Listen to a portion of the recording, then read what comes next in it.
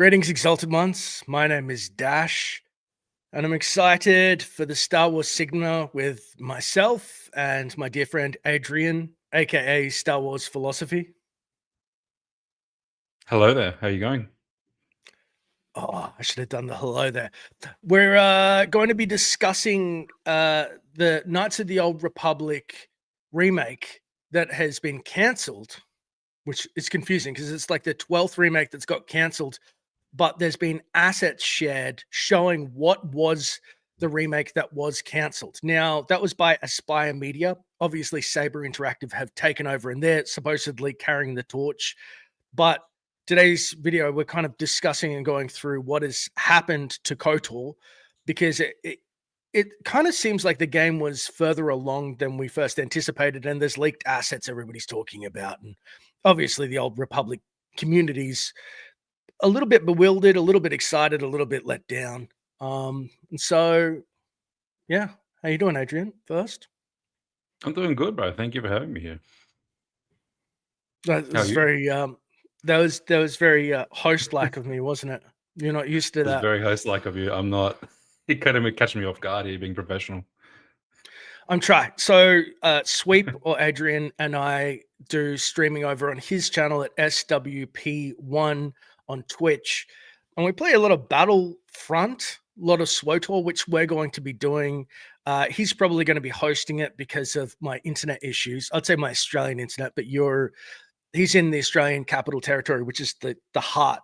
The government has the lifeblood of the internet. They're choking it out for themselves. That's it. They're being greedy. They're giving us all the bandwidth.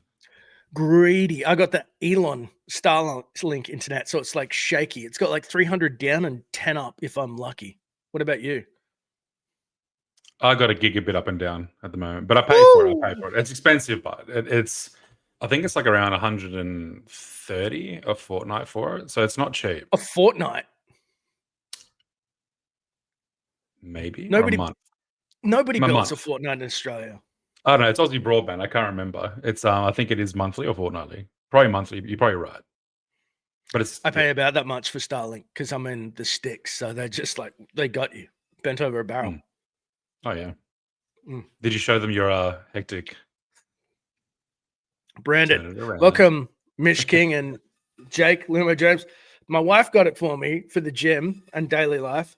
Dash Star, that's cool.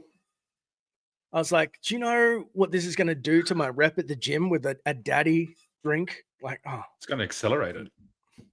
it is going to accelerate it. I know. I It's got to going be to strong. accelerate it. I got to be strong. How is the gym going? Yeah, good, man. Good. What about Yeah. you? Yeah, good, good, good. Making gains. Yes. Oh, I got we'll get into it a little bit later. My gains. I got a bum muscle in my ass cheek called the piriformis. It's like too tight. So squatting's really hard. Yeah, and like Yeah. sitting too it happens, you sit too much in your adductors or whatever.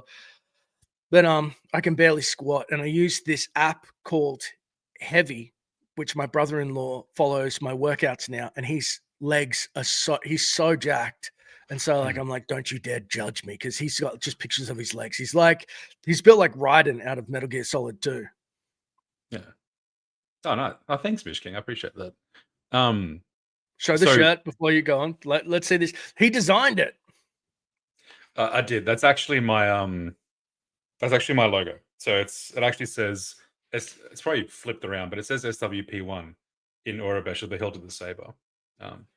That's literally as far as my creativity has gone, guys. But as a random question, that muscle in the glute. So if these are the cheeks and these are the bottom of the cheeks, whereabouts in the cheek is it? It's like, imagine in the hip itself, there's little like tendon muscles that grab onto it. You know how you got the psoas deep in there that goes from the lumbar spine. They're Yeah. tiny little grab muscles that what happens is that if your body starts misfiring when it moves, mechanically, what happens is that you'll get a weak glute medial. So the side of your ass cheek is not firing. You'll find an imbalance, and you go, "Why is that happening?" So you need to use band work, and I go to chiro. I'm trying to fix it because the only thing on my body, touch wood, I turned 40 in 3 days, and the only thing on my body that gives me any grief whatsoever, and it's just this tight little little muscle. So it presents as like lower back hip pain, sort of. Yeah, and it moves, which I'm thankful for because you're always afraid it's like it could be like a grinding hip joint or something horrible, but it seems muscular at this point. So happy days. And thing. Now that I think about it, maybe. Hmm. Now that I'm I'm going. working, I'm like, yep, that hurts. I think when I talk, it actually ducks you. It ducks me, like it mutes me. Y- Yeah, how crazy is Oh, that? that's hectic. That's hectic. Look at this. There we go. All right, we're into it.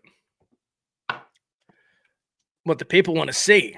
Early in-game development photos reveal weapons, props, and third-person prototype for the cancelled version of Star Wars KOTOR remake. Again by Aspire. They were best known for not remaster, modding really, and doing remasters of KOTOR 1 and 2. Obviously, they fumbled KOTOR 2's remaster. I believe that there was huge issues on the launch. So what happened after that was they basically got the keys to KOTOR. Correct me if I'm wrong here, but and then in this development cycle, what we're seeing, whatever happened, Lucasfilm, Disney weren't happy with what they've come up with. So we're seeing the back end. What happens is they've done a bunch of assets. They've got X amount of game. This looks pretty pre-alpha. And then after a while, the artists inevitably leak them and go, "Hey, this is my portfolio for the next job that they want," or people leak them in general. And here we are. So, what do you think, Sweepy? So that kind of looks like a dev screen, right? Because I saw one saying like show bones. Oh, yeah. This 100% is going to be back end. Like, look at this crap, debug Yeah. animation and all Weapon that. stance. I assume this is Okay. Unreal 5. It doesn't really matter. You got Mission Veo on the screen, so I assume I don't even know what the down and up means, if it's switching party members that they're messing with. Um, Obviously, he's holding a vibro blade. Mm. This is pretty good looking, but Actually is this is one detailed. artist. So like this is one dude. Like we don't have any detail. Like they probably could have been working in there's a lot of people who are working in different segments, so they don't need the full character models. But they're the animators that want to get a job on, say, a next project. So they've shoved this on whatever they use, Blender and no, what's that thing, Deviant Art? I forget. There's a professional website that devs. You always see this stuff crop up where they kind of showcase what they've made. Yeah, so the vibro blades actually look pretty good, but I mean, is that indicative of how good the game was? This looks like unfinished nothing. But again, if this is one dude testing his sword, why would they show you anything beyond that, I wonder if that just looks like a testing asset, and then they can just add like the fully rendered assets in just to test the weapons. So, like, do we know if they actually had any examples of fully rendered like characters, like a fully No, rendered weapon? the only thing that we've seen, I believe, is Kashyyyk, or Kashyyyk as Bastila says, Yeah. which is concept art. Concept, hey Blue X, what's going on?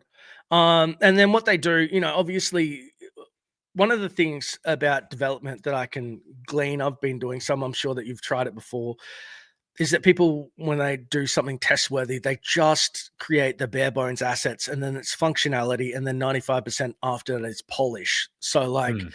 for example, when they did Breath of the Wild, they used the original Zelda on NES as a test bed to see what would it be cool to do all the game mechanics, even in 2D. So this is, you see these green barrels over here. This is what they test if they hit them.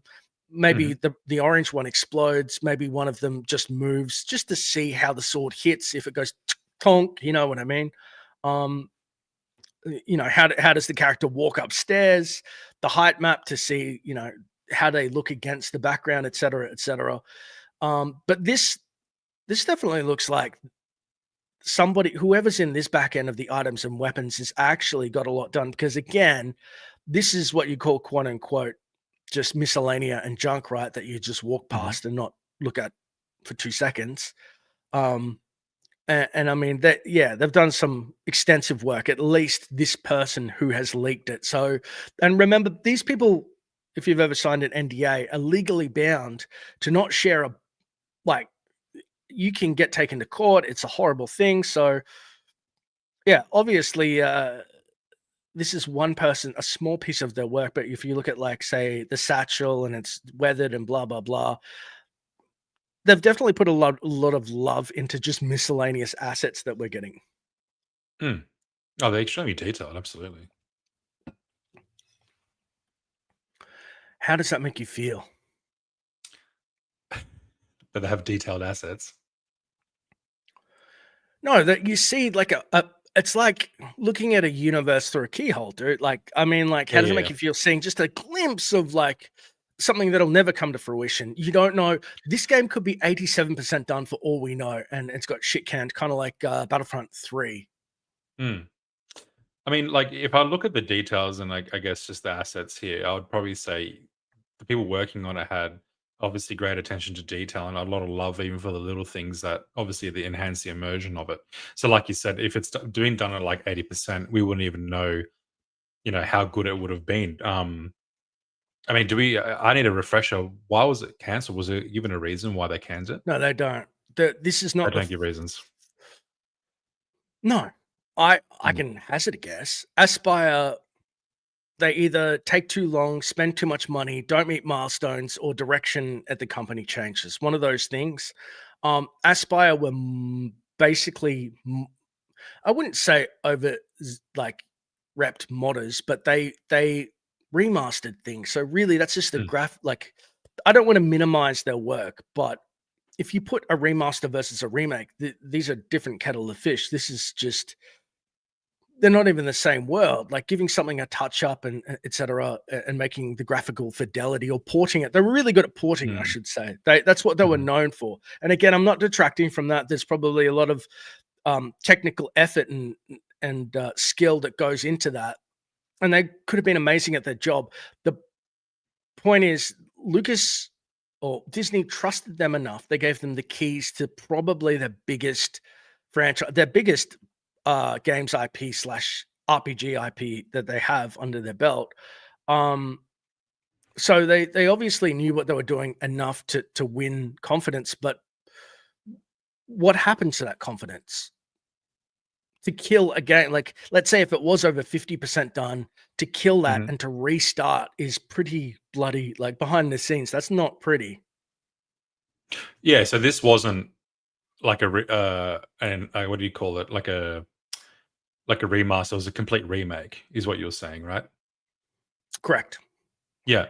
So, like, even I was reading what Jake said, apparently PlayStation were the ones that were most unhappy. So, but even given that, I mean, would one sort of console demographic could dictate if they were really unhappy or something as big as PlayStation could say like, no, no, go back to the drawing board. What I could only assume would be playability, because if they remade it and they made the mechanics like the first one, that would probably be an issue for a lot of people, right?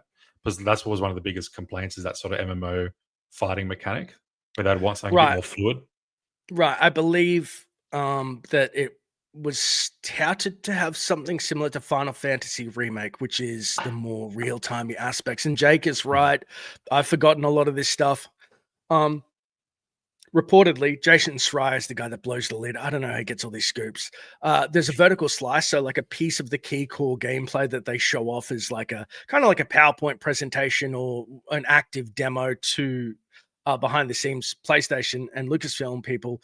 And basically, Aspire people got fired, key people that were running the project. And then, they go, oh, we don't like the way that it's going. We'll put other people in charge from Aspire. And they say, sure, we can helm this boat, but things are falling apart. You don't know what's going behind the scenes other than millions of dollars. I remember Jennifer Hale, who voiced Bastila, had done more voice work from memory. Mhm. So that's huge. That's huge. They had something significant. Whether it could have been the best thing since sliced bread, we don't know. What would you feel about like if it was story disagreements? Do you feel that they would have changed the story a bit? That was one of the biggest ones the fans were concerned about, that they're going to sort of not be true to the original storyline and sort of change it up a bit. Do you Of reckon there could have been course. creative differences there? Um, I th- I don't Like, know. could PlayStation No, look I at know, this I story know, and go, I know what nah, you're yeah, saying. I don't yeah. think I think what Jake said in the comments is correct, that they were too far behind is more likely. So what happens, obviously expectations, they go, which is the same thing for, was it Visceral? Whoever was doing Battlefront 3, where they said, "Hey, we were 80% done with the game," and Lucasfilm vehemently said no, denied it and said no, they had done diddly on the, and I've heard from people in the industry, like varying, like some people go they didn't have squat and other people go they had a lot. So, and I've played the Battlefront 3 demo and it is not playable. I couldn't get the ship off my head. Literally an A-wing fighter would just attach to your head when you're walking. Oh, I'm not That was joking, from dude. Like, you said that was the Discord version you said that they released for everyone to sort of test around with? yeah. I Yeah. was stoked. I was like, because the ground to atmosphere flight is like something I love. When they had in Galaxies, I don't know if you ever played Galaxies with jump to light speed, they had ships and it was pretty good. I never played Star Wars Galaxies. You said that was Right. the canceled sort of big MMO or something, and they changed it because everyone wanted to be a Jedi or some crap. No one could do their own Right. little It was thing and basically they farm wanted and theme park, they wanted yeah, WoW. yeah. Instead, it was like a grind fest. It was like get a second job, put macros on your computer and grind. Like there was no structure. It was a sandbox. They just threw you in. But when they shut it down and the devs knew that SWTOR was going to eat it up, one of the things they did was let you fly in the atmosphere. So I was in. You've got Calrissian, which is my favorite um, OT character, by the way, behind you. I had Calrissian's pleasure yacht, and I was flying above Moss Eisley with my Yeah. mates, just in there having a party inside the ship. And it was surreal knowing that they could have done that the whole entire game. Obviously, it would have put stress on servers, etc. Um, but yeah, Battlefront 3 first boasted that ability. And I thought, imagine like you're shooting a dude on the, you and I play a lot of Battlefront. Imagine shooting dudes Mhm. on the ground. And instead of that stupid cutscene in, what's your favorite gameplay mode? Is it Supremacy? I think it's Supremacy. Now mine's Galactic Assault. He hates Supremacy because it never Hate it. ends. Yeah, imagine instead of the cutscene of jumping, flying up to the Yeah. ship and then fighting, you fly up to the ship physically, or you fly down physically to join the fight. Like it is Mhm. was wild. Yeah, That's what we and all so that's, thought Supremacy would be. well, again, what happened is they cut down Battlefront 3 and they said to I can't believe I've forgotten who made the Frostbite engine, who made Battlefront? EA? No, DICE. No, Dice. I've been to the office in DICE, Sweden DICE. like 6 times and I've forgotten their name. Yeah, they said make a good core shooter and like gave them the keys. Same thing probably happened where Aspire here has something. It could have been better than what Saber's working on, and then Disney said we don't. Or PlayStation is Jake James Lugo, who is on Discord. Shout out to Jake, and he's an active journalist, active a TikTok user, I should say. He's bloody just doing reviews 24/7, so he's in the know. Yeah.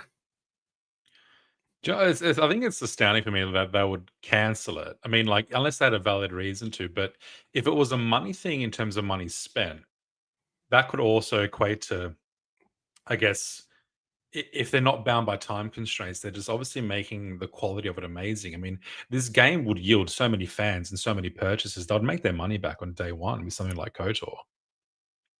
I don't understand. Like for me, it seems short-sighted of a business to go, "I'm going to can it because you're taking too long," for example, or you're not hitting certain milestones. But surely they'll reap the rewards after, wouldn't they?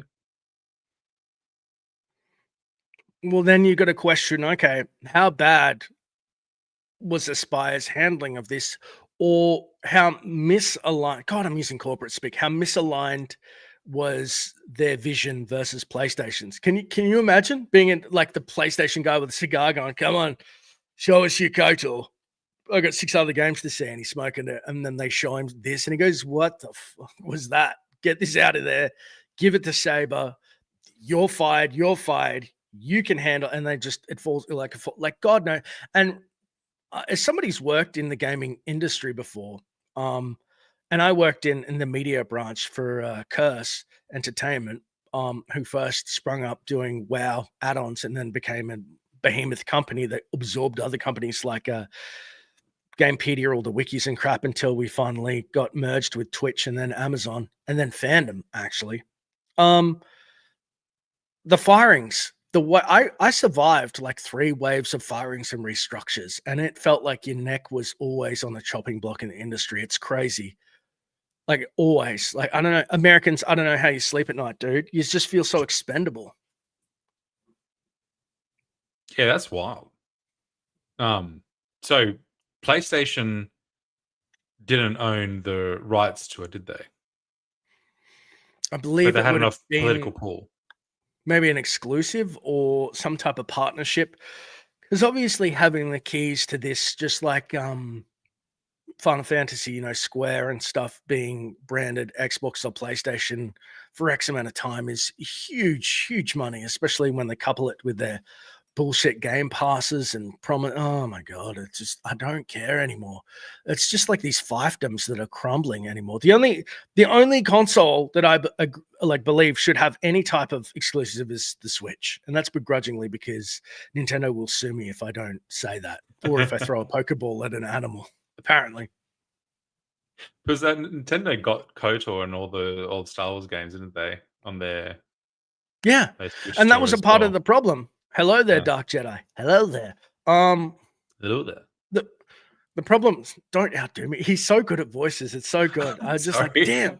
No, I'm not. I'm joking. Go nuts. But I'm like, damn it. He's so good. Um, yeah. So Aspire, one of the problems with KOTOR 2 that they handled doing the remaster of was that it was terribly broken at launch because of what happened back in the day with LucasArts was that they put everybody who they didn't just give it to say EA for 10 years. They would give it to individual developers and say you got 9 months to develop a game, full Star Wars game, and they go, but it takes 12 months, and they go, do you want the IP? You've got 6 months. And so KOTOR 2 is lovingly known as like the best mess of a game. So the community came in and like a third of the game was missing, and they modded it in the restored content mod. Anyway, when Aspire modded or they ported the game, same with Battlefront, I think key elements were missing and it pissed people off. I'm sure Jake, here we go. Jake will correct me, but yeah, what? No, I actually need him to do this. Yeah, and so I think that their reputation, like they're on crumbling ground, and this kind of solidified. Like Aspire was in a lot of trouble, which again, I wish they would just sneak out a playable demo to let you know, hey, you know how we're getting shit on? This is what we had going. Let the fans decide. Royal Rumble it. The problem is that if it was really good, if they cooked, um, then Saber looked like idiots because Saber's like, oh, we went in a different direction, and they've got the keys. Yeah, they promised the restored content DLC, and they had to compensate everyone for not delivering it to customers. So they literally a third of the game was missing, and it fixed so many bugs. It's kind of like the unofficial Elder Scrolls patch for Oblivion. When the remaster came out, it didn't have all the patch content, so it was like, what am I playing right now? And yeah, they had to refund people because it's not a game I would recommend. Theory is streaming KOTOR 2. I like to say at my behest. I told him it would change how he looked at the Force. He's streaming KOTOR 2, and people, the first thing they were screaming in chat is get the restored content mod, or you're cooked, dude. Like, don't play it. I said to him, don't add the there's this restored droid factory planet. And somebody got overzealous. Like there's a dead Jedi Master on it. That's meant to be a big mystery. It takes about 6 hours. There's no game design there. Like whoever the modder is, God bless you. I have nothing but respect for people who put their time and love into things, but also there is such things as like not great mods. And this thing, I said to Theory, please just don't download the Droid Planet. And if somebody says download it, do not listen to them. And he's like, no, what do you mean? And he's like, oh, really? I'm like, no, just trust me. Don't do it, dude. Like it'll be 6 hours on a stream just lost running back and forth on this shitty planet. So, given that, I think we were talking about it just before I stream that EA is potentially getting bought for 55 billion from some Saudi firm. Now, is EA does Dice still, or is EA still own Dice? Was that a thing, or am I completely pulling that out of my ass? I don't know. I know that I from memory, I'm gonna have to James Lugo this instead of wiki. I'll do it from memory that they swallowed him up. Hey Zach, welcome. So in that case, if I wonder if the same sort of philosophy going forward with game development would be the same, given that they'd probably pump a lot more money into it and make it obviously perceivably with a lot of quality, and they have an endless supply. Just of the people who bought it. Would you feel more confident with Star Wars games then, or do you still think Disney can hold like the guillotine and go, "No, I don't like the storyline. I don't like the Mm, content." So before Jim Ward in 2005, I forget his name, the predecessor. There was a guy. There's a golden age of like Jedi Outcast, Academy, all of the best games, like the Jedi Knight series, the first Battlefront, KOTOR, etc. And basically, in a nutshell, what they had, uh, Power Battles was a licensing system. And they said, "Hey, cool developer, we like you. We saw X game, like Ravensoft for Jedi Knight. Do you want to develop this? You give us money, or you pay us money, or whatever, and we give you X time, and you need to meet these milestones. Goodbye. We'll Yeah, we'll come back and hover a little bit." Um, and they and the run that they had was so phenomenal. And it's funny because Battlefront 2 actually killed that in 2005. Um, KOTOR 2 came out in 2006. They let a bunch of titles finish, but basically Jim Ward came in and said, "These are not profitable enough. People like this Call of Duty. They're like shooters. We're going to dump all our eggs in the Battlefront 2 basket, the original." So they did that. Then they made what Force Unleashed 1 and 2. 2 flopped. And then they went, we don't know what we're doing at LucasArts. Let's give this to EA for 10 years. And EA went, "You know what? We need to get companies that we can manage." Except what they did was they swallowed them up, and then they manhandled them, and then they hit them with a hammer and said, "BioWare, you were beloved and trusted and fans adored you. We're going to slowly just change the structuring of the staff and the way you do things, or DICE, you better give us a Battlefront again, because people like shooters and it needs to make money." So, Mike, you know what I mean? So EA was very heavy-handed. From what I saw, because I was an EA game changer, so I saw behind the scenes, they obviously meant well. Not one developer. DICE was amazing. EA was really good to me. None of ostensibly, like, they all cared about games, but also there was hovering above was the guillotine, as you said, of make money. Otherwise, like there's stockholder kind of things, which actually happened. And I'm sorry that I'm doing all the talking, dude. Andrew Wilkins, who's the CEO today, was an Australian lad, and he was yeah. in the marketing branch of FIFA, and he figured out the trading cards, which made them $1 squillion. And he slowly they fast tracked his career to CEO because they went monetize the whole game's arm, like you just did there, and money, money, money, money, money, and dude printed money, and the soul just got sucked out of the games. In my opinion.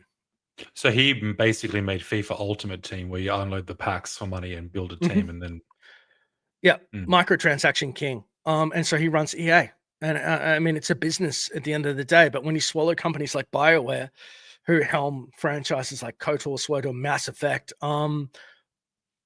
or DICE, and none of the developers sucked.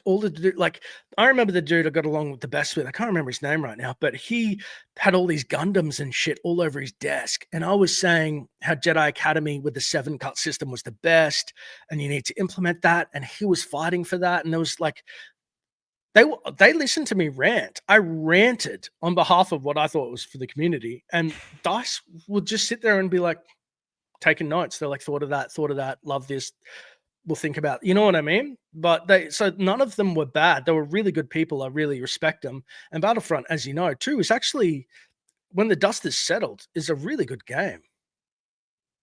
Battlefront 2 is a good game. I think we have a lot of game, um, like in there. It's just unfortunate that it had the shit launch that it did because of all the controversy. But for all the game modes you get and all the content that it came with up front, I thought that was an amazing game. Obviously, I think I was talking about it last night. Um, uh, they made Darth Vader extremely grindable or something, or you like it to the point that you had to pay for him to to play him like right from the start. So obviously they made some pretty, crappy choices up front, which didn't sit well with the player base, and obviously it shouldn't have sat well. Although I do think the continued bad publicity of it only worked to its detriment, because it was a good game, and like you said, there was a lot of developers there that wanted to keep going at it and actually putting a lot of love into it. It was just only the end bits where I feel as though they didn't give us a lot of more content in terms of characters. Like they didn't really delve into the Clone Wars characters they could have given us and all that kind of stuff. That was probably my only criticism, is that they had such characters to give the audience with such longevity of playability that they just got cut. Because what did they had to make? They had to make Battlefield, didn't they? Yeah. They got pulled Yeah, for yeah. Battlefield. Yeah, yeah.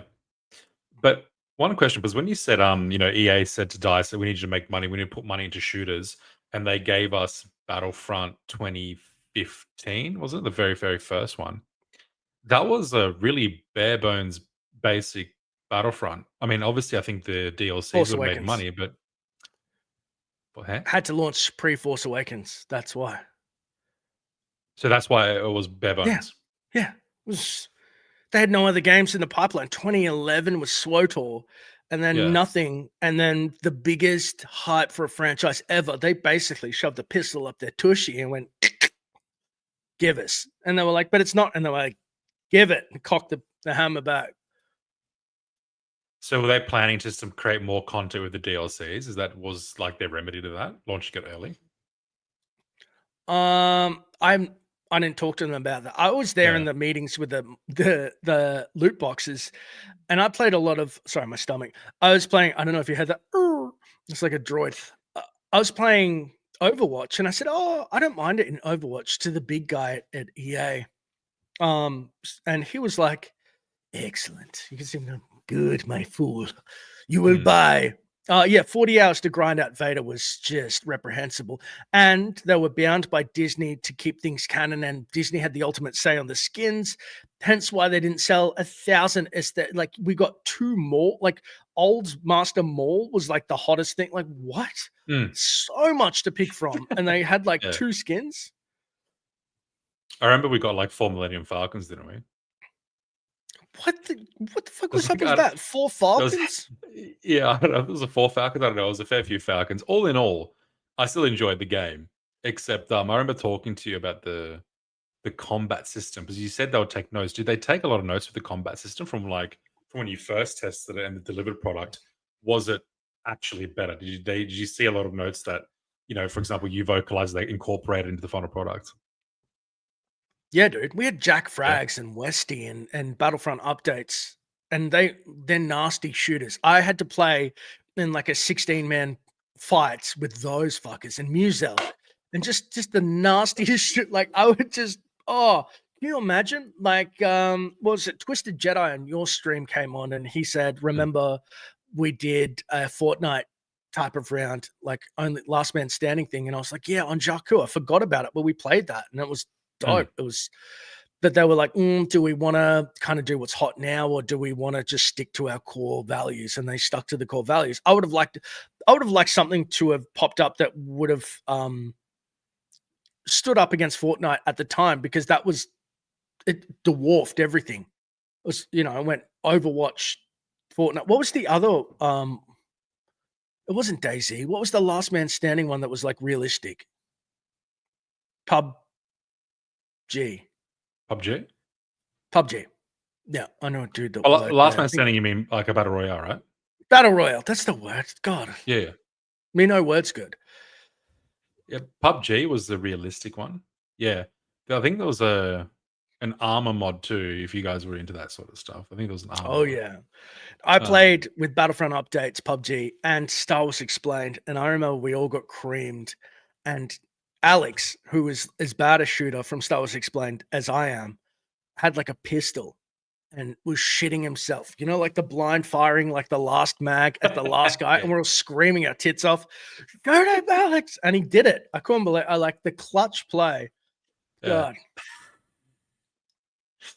PUBG, I have not Lord, played that in a hot minute.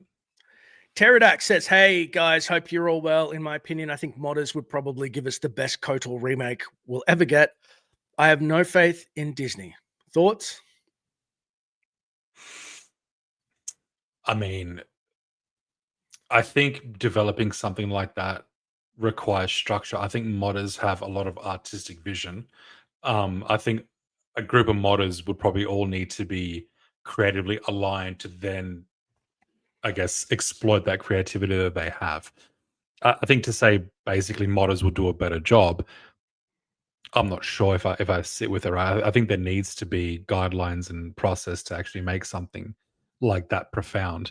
But I do agree that I think modders have an incredible sense of creativity and artistry to them. I'll concede that 100%. But to say that they would blindly make a game better, I'm not sure.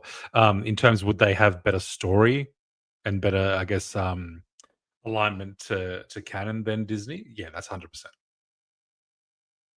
They If they could make a look, franchise, yeah. yeah, they could. It's possible. I've seen a lot of mods that have blown my mind, like in Jedi Academy and things, different games where you just cannot believe it exists. And I've Mm, also seen a lot of meandering mods where people feel bad to shit on a mod because of all the work from the community, which I feel bad. You're just like, oh, this is somebody's put thousands of it. Like, I cannot wait to play Sky Oblivion at the end of the year. Touch wood, it comes out. I talked to Rebel's Eyes, who's heading that a bit, and I'm praising him. I'm just glazing him. He's a really lovely guy, but I'm like, thank you so much. And you know what? If the game sucked, I'm not going to say a bad word about it mm, because this is 10 years of their lives and you don't want to. But if it's bad, it's bad. Like, mm. is what it is. Hey, you want to see something cool? Sure. You're gonna laugh at this.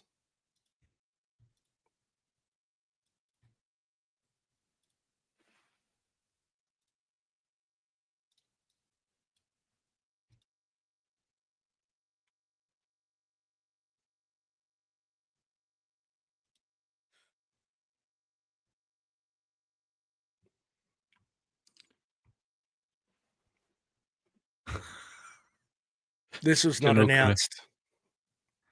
Oh, is that what is This that is the what they one. called you? Yeah. I went to the bathroom in You almost got Sweden. lynched. Again, Yeah, yeah, 60 hours of flying and travel in a week. They used to put me on the ground in Sweden for like 3 days and then yeah. back into Australia. So I'm out of my depth. My sleep schedule's all out. And they said, I went to the bathroom, I came back, and during that time they said, do not show this, idiots. Do not show this. You will get kicked out of the program. This like Kenobi. Do not show it. And so I uploaded a video, gameplay Kenobi, and the only reason I didn't get sued or shit canned was because everybody was like, "This is dope. This is dope." 4.4K likes. My dream has come true.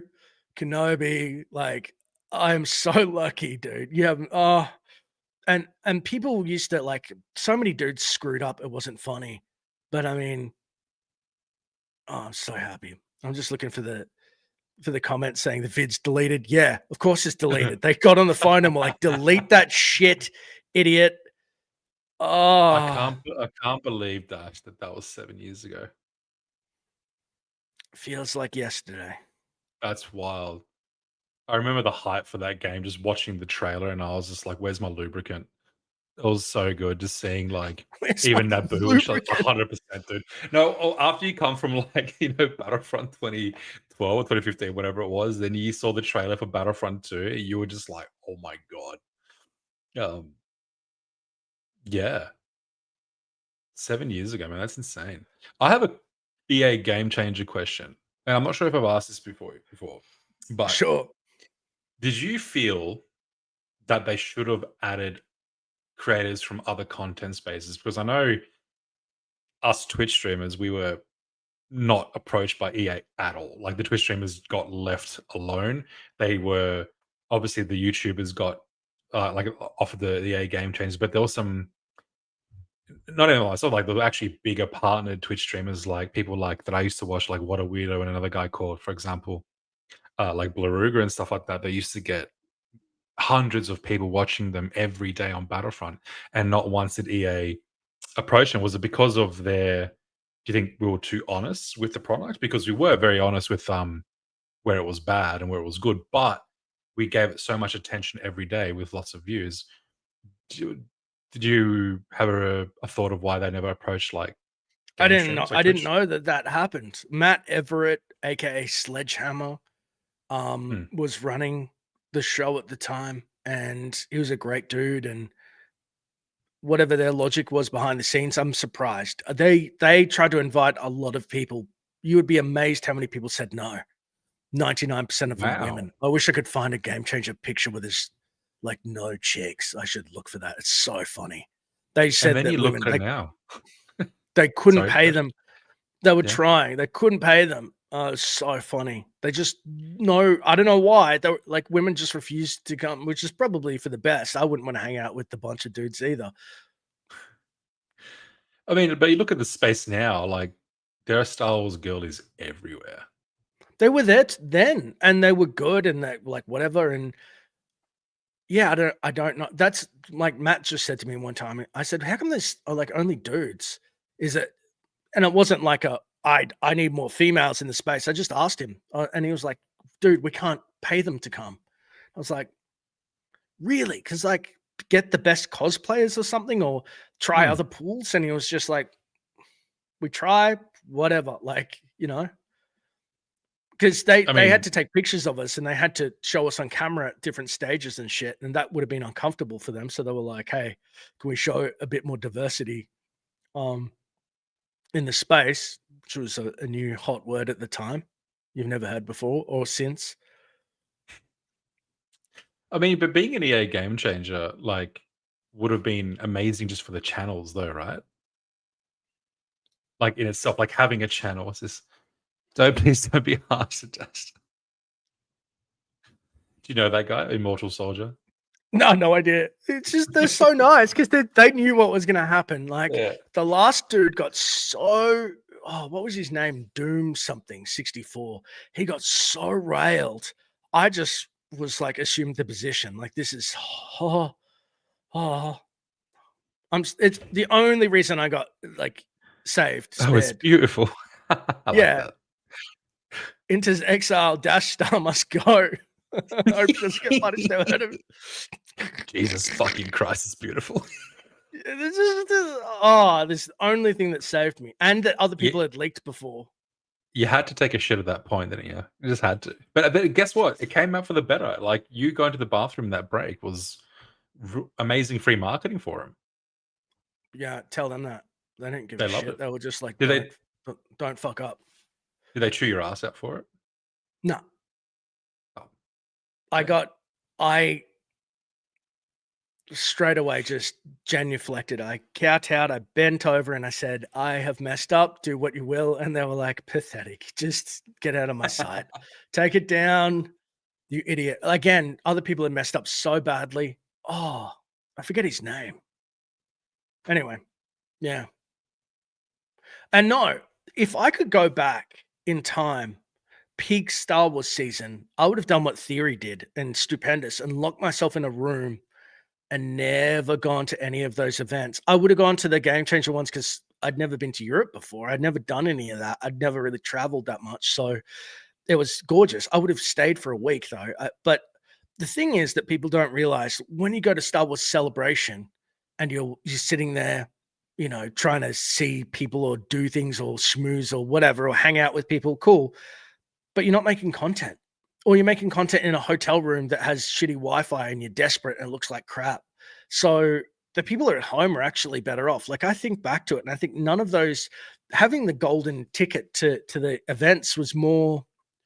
It was just a cool experience and I guess ego, but outside of liking the travel a bit, like it did nothing. I think it probably did a lot for the channel, but not. If I was just like if I was Battlefront updates, Elliot lived literally like 6 blocks from the offices in Stockholm. Like they were like, "Hey Elliot," he's reaching into the fridge eating their food. Like they didn't get. They're just like, "Hey Elliot," that's the dude that should have been there. Me as a mostly theory guy, even though Star Wars games are actually my biggest passion in Star Wars. No, dude. When did The big theory guys start though, becoming? they used to get paid. Like they used to actually get paid. I don't know. You know, it was funny, like because I was just stoked to be there, and it Yeah. was like that meme. I was like, "You get paid for this?" And they were like, "Oh yeah." And I hear the sum, and I'll be like, Well, when did theory start becoming a game changer? Because the last time I saw him as one was just for Battlefront 2. I don't know. We Mm, spoke about it in the last stream, and he didn't mention it. I talked about it because I'd become disillusioned with EA and Game Changers. Which again, if I could go back, I don't think I would have shit on EA as much. They were money grubbers, and I didn't like how they handled it. But also, Dice got so much flack they didn't deserve. So I would have just stayed quiet. But the reason why I left is because there was, I kind of, I didn't, I felt like I was too branded. I didn't like Disney. I didn't like any of it. And I wanted to get away from everything. yeah. But the thing that tipped me over was that they were, you know, talking smack about Chris Avallone, who wrote KOTOR 2. And I didn't Yeah. appreciate that at all. I was just like, this is unprofessional and I've had enough. But that was one community manager out of everybody was the best. Like I cannot articulate Ben Walker, Jeff Brannick, Matt Everett, Sledgehammer. The community managers from EA were sweethearts. They were lovely. I was doing interviews for Battlefront and then Battlefield on EA Play 2018. And I got so nervous. I did such a bad job. EA, Matt pulled me off and they said, like, we don't want you on camera, dude. You're a mess. They still paid me for it. And I was like, you don't have to do that. Like, no, you know, like they're good people. Lovely. Yeah, wow. You mentioned something before. During the golden era of Star Wars, you wanted to lock yourself in a room and just pump theories and stuff. Mm. When do you think was the golden age of Star Wars for content? I'm assuming this is what it like. Do you think it was leading up to TLJ, after TLJ? Because the content shifted, didn't it? I disavowed myself for a year. I went into exile after The Last Jedi for a year. I just played video games on my Mm. channel. My views went to the toilet.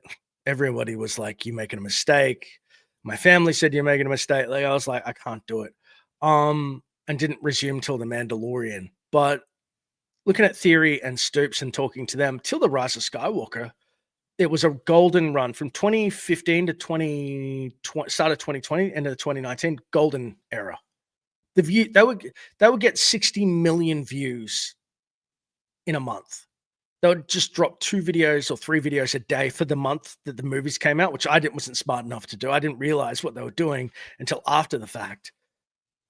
But I was working a job till halfway through 2018. I was still working for Curse. I was running their video team, Mm. making shit. There's a million Fallout, Overwatch videos. We were the first company to ever get hired by Blizzard to make a video trailer for their upcoming game. Like it's still online if you search Mm. Overwatch. Like I was the Yeah. dude. I interviewed Jeff Kaplan. Anyway, who cares about what I've done? What is my resume? The point is, I was doing so much shit, and I was trying to be Dash Star at the same time. I was working with a bunch of writers as well that are still going, like Katrina Dennis and Amy. I forget her name. Let's writers in the Disney space now. Like they wouldn't talk to me if you paid them.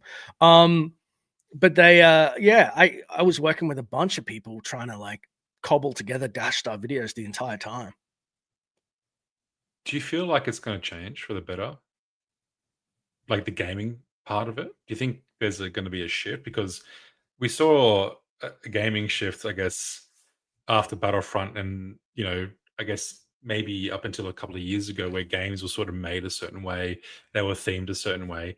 Do you feel like even a shift the other way is going to happen? Like they're going to go retract back to old style games, they're actually going to make a product, they're going to test a product, they're going to have like a proper plan. They're going to give developers more time, because when you look at indie games now, they're so popular and they're so good and they're crushing the space. Indie games are like literally what people want, because they just deem the quality a lot better than the AAA titles. Do you think they'll either just try and absolve those indie companies, or do you reckon they'll go, let's take note and actually adopt that philosophy and actually go back to quality. I think I don't want to. I like to be optimistic. I literally messaged Stupendous. He messaged me, sorry, about like 6 hours ago, and we we're messaging about how deflated we were with the Mandalorian and Grogu trailer.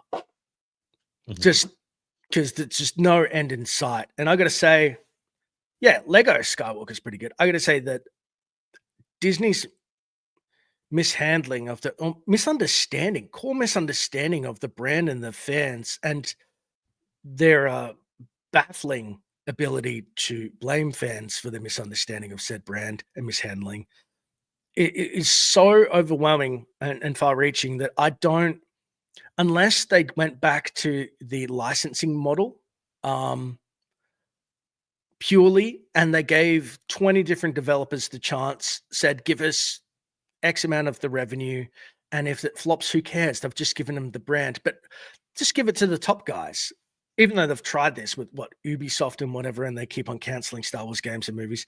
But no, if you look at Hollywood as a whole, Disney keeps producing what people call unfavorably slop. And then studios like A24 or whatever, the smaller studios come around that are more um, nimble, and they come up Mm. with great stories and great content. And Disney just continues to use its juggernaut mass to kind of just lay down on, like it just pushes out stuff for the masses and calls it a day. So I don't know. I hope so. I hope fans get everything they want. If you're a Disney fan, I don't care. God bless. But I hope that every segment of the fandom was serviced. I was saying the other day, I wish that they broke it up. The actual, like, they had core Star Wars, like George Lucas vision. Then they had Star Wars Dark for someone like me, like adult stuff, like has like Red Harvest Zombies or darker games. That they have Star Wars, I don't know, romance for people because it's a universe. You can have every genre of game, which they had at one point. They had Empire at War, the RTS, shooters like Battlefront. Like they have Star Wars is a universe first and foremost, and it's a sandbox to play in. And all you need is talented people. George Lucas Mhm. is God. You need the Michelangelos in the world to paint and Sistine Chapel, and they just can't get out of their own way. So I mean, Saber, who has the KOTOR franchise now, could knock it out of the park if it comes out. Touch wood. Well, he's hoping, absolutely. Now, at Star Wars Celebration, we saw a new animated series, which was like more Shadow Warrior coming out. Do you think if that succeeds, they could then rekindle the love for that Maul game that they wanted to bring out? I don't know, dude. I don't know. I've got a book. It's not near me. It's called like The Making of LucasArts, blah blah blah. Remember how it's the 2005 Jim Ward cut the games arm? Mhm. There were 40 games in development, 40 games. maybe 20. I forget. I'm pretty sure it's 40 though. Pages, That's and I've got all wild. the logos like Jedi Knight 4, Darth Vader, Rebel Squadron, blah blah blah. All of them in varying levels of development that just got axed. I don't. When in the industry do you see things ever get revived? So George Lucas had no say over LucasArts in terms of what games got greenlit or not. He didn't have that control because Well, apparently, okay. yeah. I I can speak to that just for a sec, and Okay. then Yeah. please Yeah. speak for 5 minutes so that we can even this out a bit. George Lucas, I remember somebody said was shown Dark Forces because they wanted LucasArts. He's so big about technical innovation that he was shown Dark Forces 1, which is about 95, I think. And he went, whoa, this is really violent. That was his first initial thing, to seeing stormtroopers get blasted by Kyle Katarn. And he creatively took the reins of it, hence why the other guys ran it and licensed it. It was in 2007, 8 when they started developing in-house again. So LucasArts developed till 1997, I believe, and then they gave licensing from 97 to 2005. Then they picked it back up. So say they give it to different developers. Yeah, LucasArts developed in-house a lot of Force Unleashed, and I believe that's when George actually came in and was like, Starkiller. But outside of that, and he didn't really give a shit. Supposedly, he may have cared, but he didn't control that arm at all. Yeah, Star Wars Okay. 1313, actually. That was going to be developed with the Star Wars Underground show around 2010 to 2013, I'm believing. And they were going to, there's like dual companion things, which would have been so crazy. So crazy. And like that was a dark, gritty adult show. You know, HBO was popping off. They had Sopranos and whatever. Forget about it. So they said, you know what, in space. And yeah, the fact that that didn't come out is a crime, but I don't think they resurrect things. I don't think they I don't know if it's ego, hubris, like what? But Disney doesn't seem to, or companies don't like to go backwards and go, "You know what?" Unless they need money, and then they go, "You know what? KOTOR was actually it sold well, and the metrics say it's gonna sell well again. Let's just give it a paint, you know, coat of paint and resell it." It's weird. It's paradoxical how they sort of operate, which is like we want to do our own thing. We want to be new. We want to have our own vision, but then we'll dangle the old keys in front of you to reel you in. Then we'll just ruin them, the legacy characters, and we'll go forward. Right? It's like we'll jangle those keys, but then we'll do like a little switcheroo. Look, you and I. So I'm gonna make Sweep tell his story so he can talk. We met because he sent me a friend request on Battlefront in 2017. Yep. I could just tell. I said, "Get this sleazy lunatic out of my inbox. Get him out of here. I don't want to say this." No. And then earlier this year, he was going to Star Wars Celebration and had an extra ticket in Japan, and actually messaged me and said, "Do you want to be my plus one?"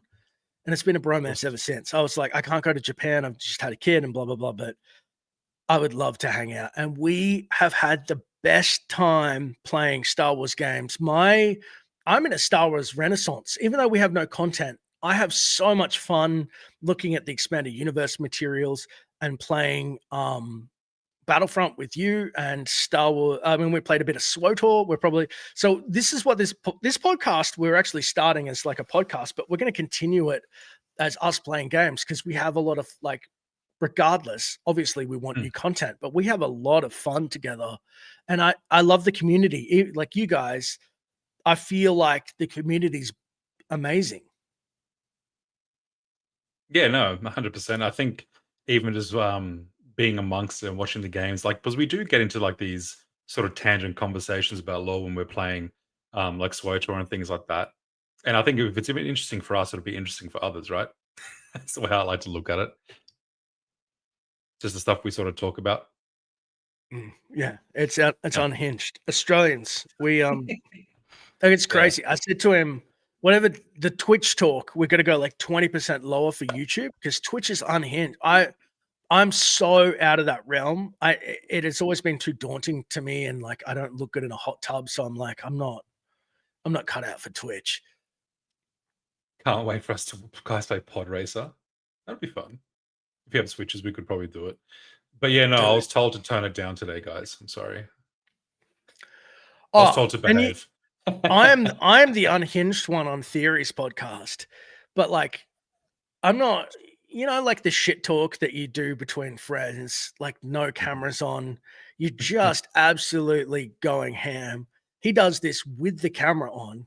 And because it's on Twitch, I feel safe. So I'm just like, I'm protected. But then, yeah, coming over here, I'm like, I'm exposed. Bro, just don't, like, you say what you want, but like Australians say the C Yeah. bomb a lot, which Americans find a little Yeah. bit like, I don't say it a lot, actually. I'm not a fan.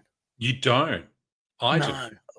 I know. That was the only thing I asked you. Like, don't just drop the C bomb. We'll just get No. demonetized straight away.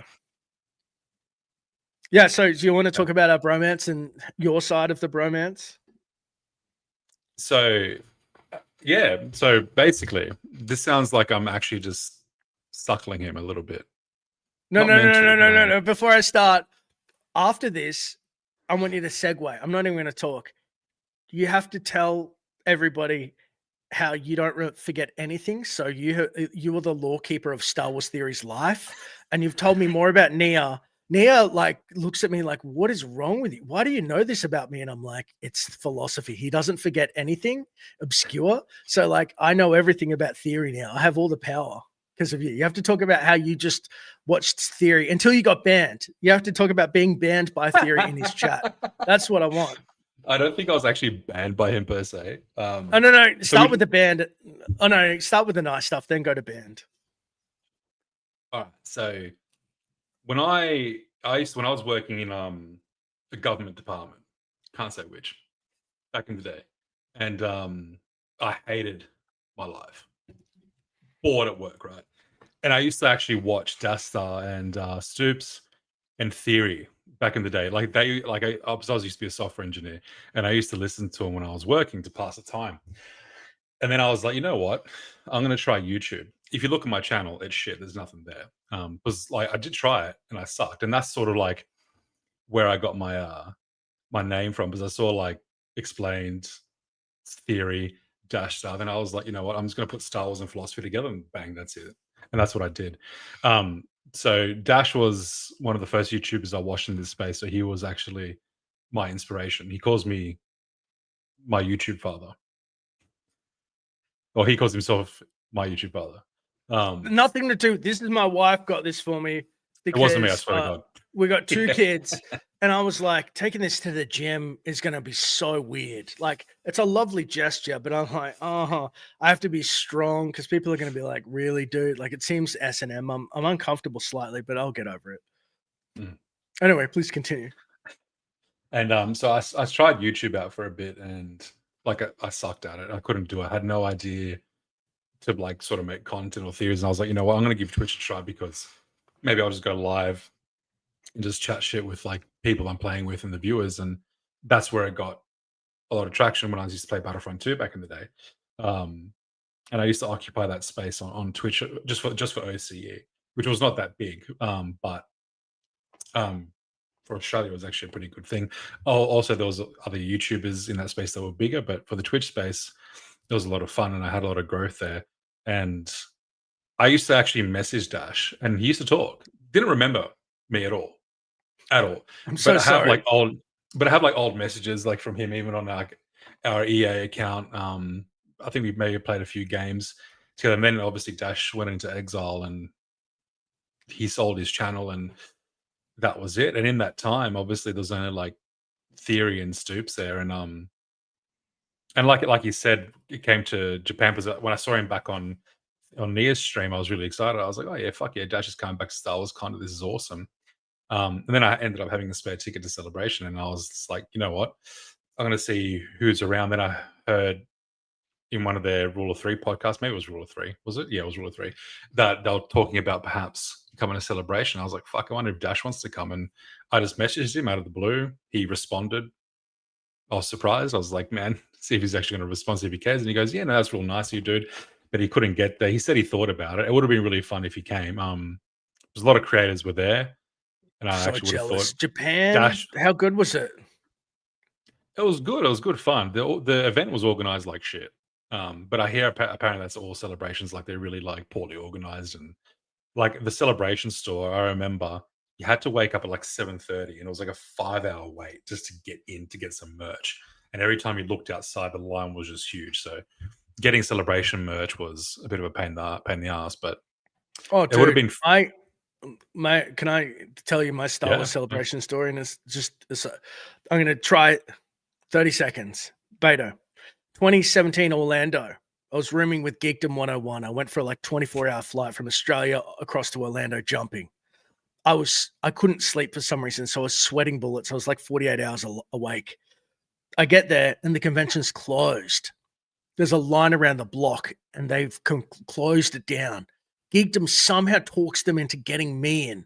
I get in. They go, cool, you got to wait 8 hours to see Mark Hamill on stage, or 12 or something. I'm like, no, there's concrete floor, there's a bathroom, and I think there's only access to water. I'm talking to everyone like, I don't know, Star Wars Explained and making Star Wars, just everyone. And I'm starting to sweat, this weird cold sweat. Like, I think I'm in trouble. I got to hour 7 And at the last hour, I'm shitting you not, there's like 1,000 people in this hall, and I'm like lying on the concrete dead.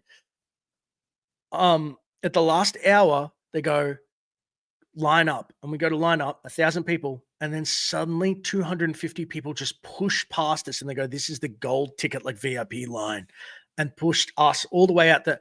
And I said to Geekdom, "I don't give a shit about Mark Hamill. I'm going to bed." And he's like, "Dude, you're gonna meet." I said, "Dude, I don't care about anything anymore. I'll see you later." Just went to bed. I said, "Fuck it." Worst organization. Worst organization. Oh man, if you're that upset, 100%, that would have been. So, how long did you sleep for then? I'd have been All like up? 40 something hours. I don't know. I just was like, I started to, where like something starts to go Hallucinate? wrong. Yeah. I was like, I don't know. I don't know how long exactly, but I got to a point where my love of Star Wars was beaten by survival Yeah. instinct. And I slept for Yeah. like 15 hours and it was amazing. Yeah. Yeah, nice. Anyways, please continue. I'm so sorry. That I hope that That was under. So I'm Japan, I'm the yeah. 2 minutes. 2 minutes. So yeah, so during the convention, I guess I was his little mole and spy on the inside. I was giving him little updates of what was going on, all the exclusives that we were seeing. Yes. No, no, And no, then we not just exclusives. It was like, tell me which Star Wars YouTubers are going. Give me filthy little videos of them. Be my spy because you work for government Yeah, I agencies. did. I did. I He's a got caught spy. by a few of them and they I mean, stared at me and shit. It was pretty funny. I got it on video. Maybe we'll share them one day of the videos of other YouTubers that I sent to Dash, but not being weird or anything. It was just for fun. weird. But then that relationship just continued when we got home. We just kept talking, and then one day I was just like, "Can't play Battlefront," and he's like, "Fuck yeah!" And that was it. The bromance continued, and then we just now, Renaissance yeah, that's it. And now we just talk about unhinged shit while we play Battlefront. It's good fun. meme every day. What was I gonna say? You want me Neo to know Neo. about why I know theories shit? How I remember everything? You know me so well. Star Wars Theory banned sweep for good reason. That's unconfirmed. I don't know. So apparently, I have this superpower where I can remember past streams and people, and I just always go to Josh like, "Hey, did you see this or do you remember this?" He's like, "No." He's like, "How do you know that?" I'm like, "He just said it on a podcast one day." So I can remember what people were saying in podcasts is like one of my weird superpowers. And then he goes back and he tests Nia about it, and I guess it weirds out Theory a little bit because maybe even Theory can't even remember it himself. I don't know. But the reason why I apparently got banned, so like I can still view the streams, but every time I try and talk, my name doesn't come up. There was this one stream that he had this girl and he was talking to her, and she was like some really good looking girl, and the chat started going, haha, sim theory. And I just joined in probably a couple too many times too many, and I got banned. Here's the I just thing. got caught Number in the one, he's I just got got caught in the mods. crossfire. Yeah. He's got mods for that, so it wouldn't have been him. I've never seen No. or I speak to Theory. He never bans he doesn't ban people. So number two, you love Theory. Why would you call him Simp Theory? You've just done yourself in. Hey, it was a play on his YouTube name. It was funny. It did get real simpy. It got real simpy. It was pretty funny. Oh my god. But then his Theory Talks channel, I'm like, "Hey man, I don't know why I'm banned. Did you ban me?" He's like, "No, I didn't ban you." Because he I'm like, wouldn't "Okay, have. cool." Yeah, but I'm like, "You would unban me then?" He just didn't give a fuck. But he Um, wouldn't. He doesn't. I don't think he bans or unbans. So it's like it's not even in the purview of what he does anymore. He's got yeah, Rossi. I think Rossi's his head mod at the moment, and probably a plethora of other people. yeah. That's I at their know. I get discretion. it. You know what? I think it's just a good meme now. But if I ever talk to the guy, I think it'd be funny. Just be like, "Do you know you banned me?" And then I probably he'll don't know start if thinking, you'll. why did I ban this fucker?" I'm so scared of introducing you to because I'm like, great, this is gonna look bad on me. You're gonna be like, remember how I called you Simp Theory? And he's just gonna look at me and I'm gonna be like, oh, this is the guy I vouch for. This is my bro. This is my Aussie brethren.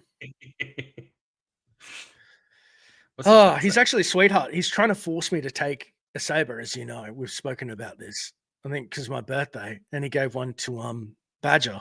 But like you, with your Italianness, you don't know how to take gifts or anything like that. I'm like, because then you feel indebted and whatever. I'm like, I can't take a saber. I can't do it. But in the end, I said, you know what? If you send me a Revan, you don't have to, and create like a little, theorysabers.com/dash. I'll promote that in my KOTOR stuff. Like, how about that? There you go. That's something, quid Oh, pro if you're quo. going to promote it, that's a good compromise. I actually do Yeah. have a remnants of a theory saber. I don't know if you can see it. It's like, so that's actually a Grab it. Japanese face mask, by the way. So that's totally normal. Uh, that's the hilt, and there's the pommel of it there. Is it a Palpy? No, that one's called. Grab it, please. Would you mind? I'm gonna grab it. Okay, one sec. I don't want to turn around and be weird. Hang on. Yeah, right. Show that like he's just got like a bussin' butt, just cheeked up. I'm just destroying half my house. Sorry. So here it is. Wait, I can't just remember. 1 second. Mish King, Snarky J. I sent Theory a screenshot from her the other day to Theory because she watched The Sopranos for the first time and she was like, I had no idea. And I was like, one of us. What? Because Theory and I, 95% of our interactions were just meme each other to oblivion because of Sopranos. I love The Sopranos. Old Snarky's finally seeing the light. Anyway, I'm sorry I brought up her name, the Holy One. Yeah, I got excited when you mentioned Snarky. So this is it. So I can't remember which one it is, like the ghost or the ass. I don't know, but I liked it because I guess the coloring. I don't know. It was different, unique. It's missing the buttons because unfortunately the speaker on it, and this is by the way not a reflection on theory sabers at all. Apparently it does happen. It's normal that sometimes the speakers can burn out if you have the volume up high and you're just fucking with it all the time. So I'm just going to get the swinging my saber, dude. Yeah, you DJ'd the whole time. Just swinging it. Burned out the batteries. Can it turn on? No, because I don't actually have it. Oh, do I? Hang on. No, it won't turn on now. Or maybe it will. So this Do you know whose saber that was? No. I don't think it's any character saber. But if I actually let's go to Theory Sabers and I'll pull it up. Actually, I shouldn't be naughty, but I'm going to be because it's comedy gold. Be naughty. Sweep, Adrian, my love, my bro. He told me a piece of Snarky J lore, which forever I love it so much. You're gonna say it. It's so funny. Stop it. Just one, because remember, he remembers everything obscure about people. Say the one thing. Can you say it? Nah, I don't want Snarky J. She said it.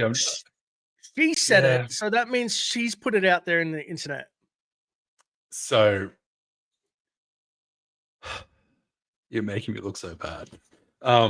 So I did remember now. I'm probably going to go back and find the VOD, but Snarky's artistic. Is it photos and her setup and her setup and her whole thing is, how can I put this light?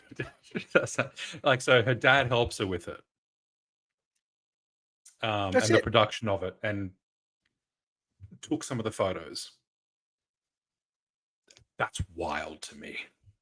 Yeah, Adrian was like, hey, you see Snarky? She looks good. I'm like, yeah, she looks really good.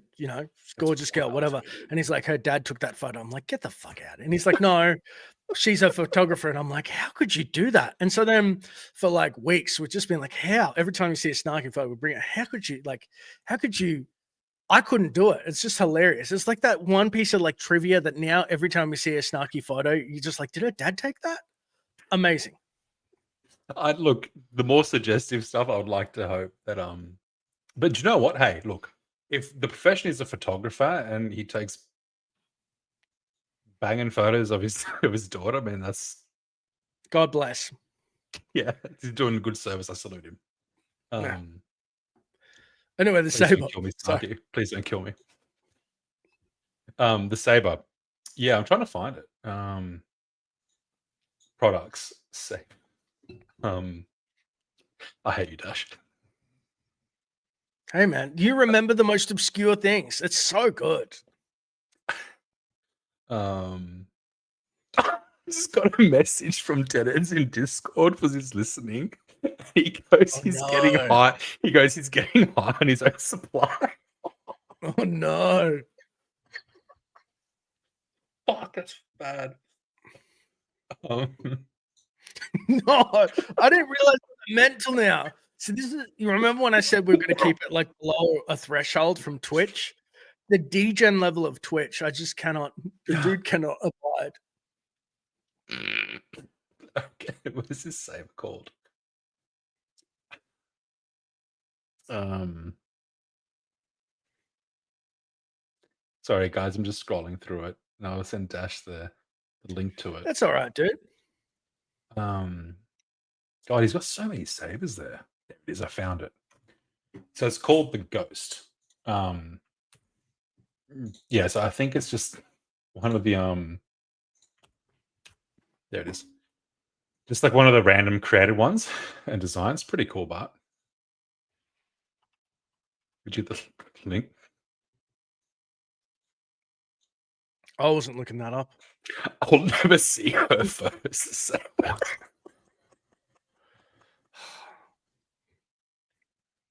Yeah, talk to Sweep for like a week and you'll never see life the same. All of your innocence will be lost. You'll be like, oh. Just saying she is beautiful and I haven't seen Theory simp towards, and when they're next to each other, it could be blind or is not sharing the footage. Oh, God damn, who are you talking about, Mish King? Snarky. I'm confused, Dash. What are you confused about? Oh, sorry, just the comment from Mish King about Snarky and Theory. I don't know. See, it's all news to me. I always thought Theory would be the ultimate. I said it to him the other week. The ultimate ladies' man because he can just hold frame. They call it. Dude seems so calm, cool, and collected all the time. Whereas, like, if somebody doesn't respond to me within, I don't know, how long does it take for me to send you a meme when you don't respond? Not long. Because I think you offer me the same energy that I offer you. It's just like if We it's just not, send each other memes. Yeah, it's saying like I'll if go we fuck are myself. literally, it's just like if Dash hasn't responded, like after I've taken messaged him, then I've gone to the bathroom or something. I come back and I'm just like, and I see that little green light on Discord. I was like, motherfucker, I'll just go fuck myself. And Yeah, that's how we talk to each other. threatens. Hmm. I just threatened to walk under the light rail in Canberra. Yeah. I didn't know Canberra had any type of infrastructure. There you go. Do you know how long it's taken that light rail to be constructed? It's insane. Would not surprise me. Canberra. But yeah. No, that's a little bit of trivia. I'm not sure if I have any what's something else, Dash, that has shocked you about me, I guess. Since you're picking this apart. I shouldn't have asked that question. I don't. There's not things I can say on stream because they are literally too extreme.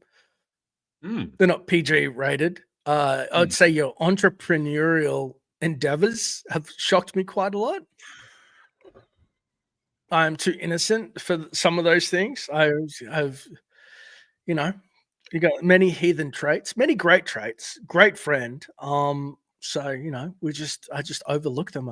I try not to think about them at night. Yeah. That's cryptic. That was cryptic. I know what you're talking about. Yeah. You're right. I actually can't speak about that on YouTube. That's a bit too intense. Twitch is a different game. Twitch is like DGen Central. But what is Star Wars Twitch? Let's just, if you want to teach me some stuff, Star Wars Twitch, what's it like these days? It's once you still get the people who love it, it's still fun. So just for example, like, the chat going in, the rule of three or anything like that, and you see people talk and discuss lore or commenting on whether something's good or bad. The Twitch discussion is very much more like lore based, and that's fun. So like when they start talking about like if a viewer asks you about what about this, what do you like about this, and then you'd respond to it, and then the chat starts talking amongst themselves. That's really fun to watch. Obviously, when you're Twitch streaming, you don't really, or because you're gaming, you can't really talk about what they're talking about, sort of comment for comment, because then it'll derail the gameplay. But chiming in, I guess, and then when bouncing back and forth when they're talking to you about lore, that's the fun part of it. So I can feel it goes a little bit more genuine fandom wise with Star Wars, if that makes sense, because there are people that, yeah, it's a bit of a weird comment and a hot take, but like when you're talking about video games, especially, and the Star Wars games, that's the fun part of it, because obviously Twitch is based on games. So you have like hardcore gamers for KOTOR, SWOTOR, and all that kind of stuff, and they know the ins and outs of it.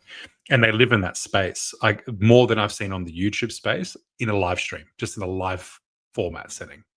The Twitch comment section, I mean, the YouTube comment section on KOTOR stuff is awesome. So it's just like you'd probably see that in a live stream, just in the gaming space. How is it for terms of like popularity? Like you're one of the bigger Star Wars streamers, right? Like I hate to ask how many, what are they called?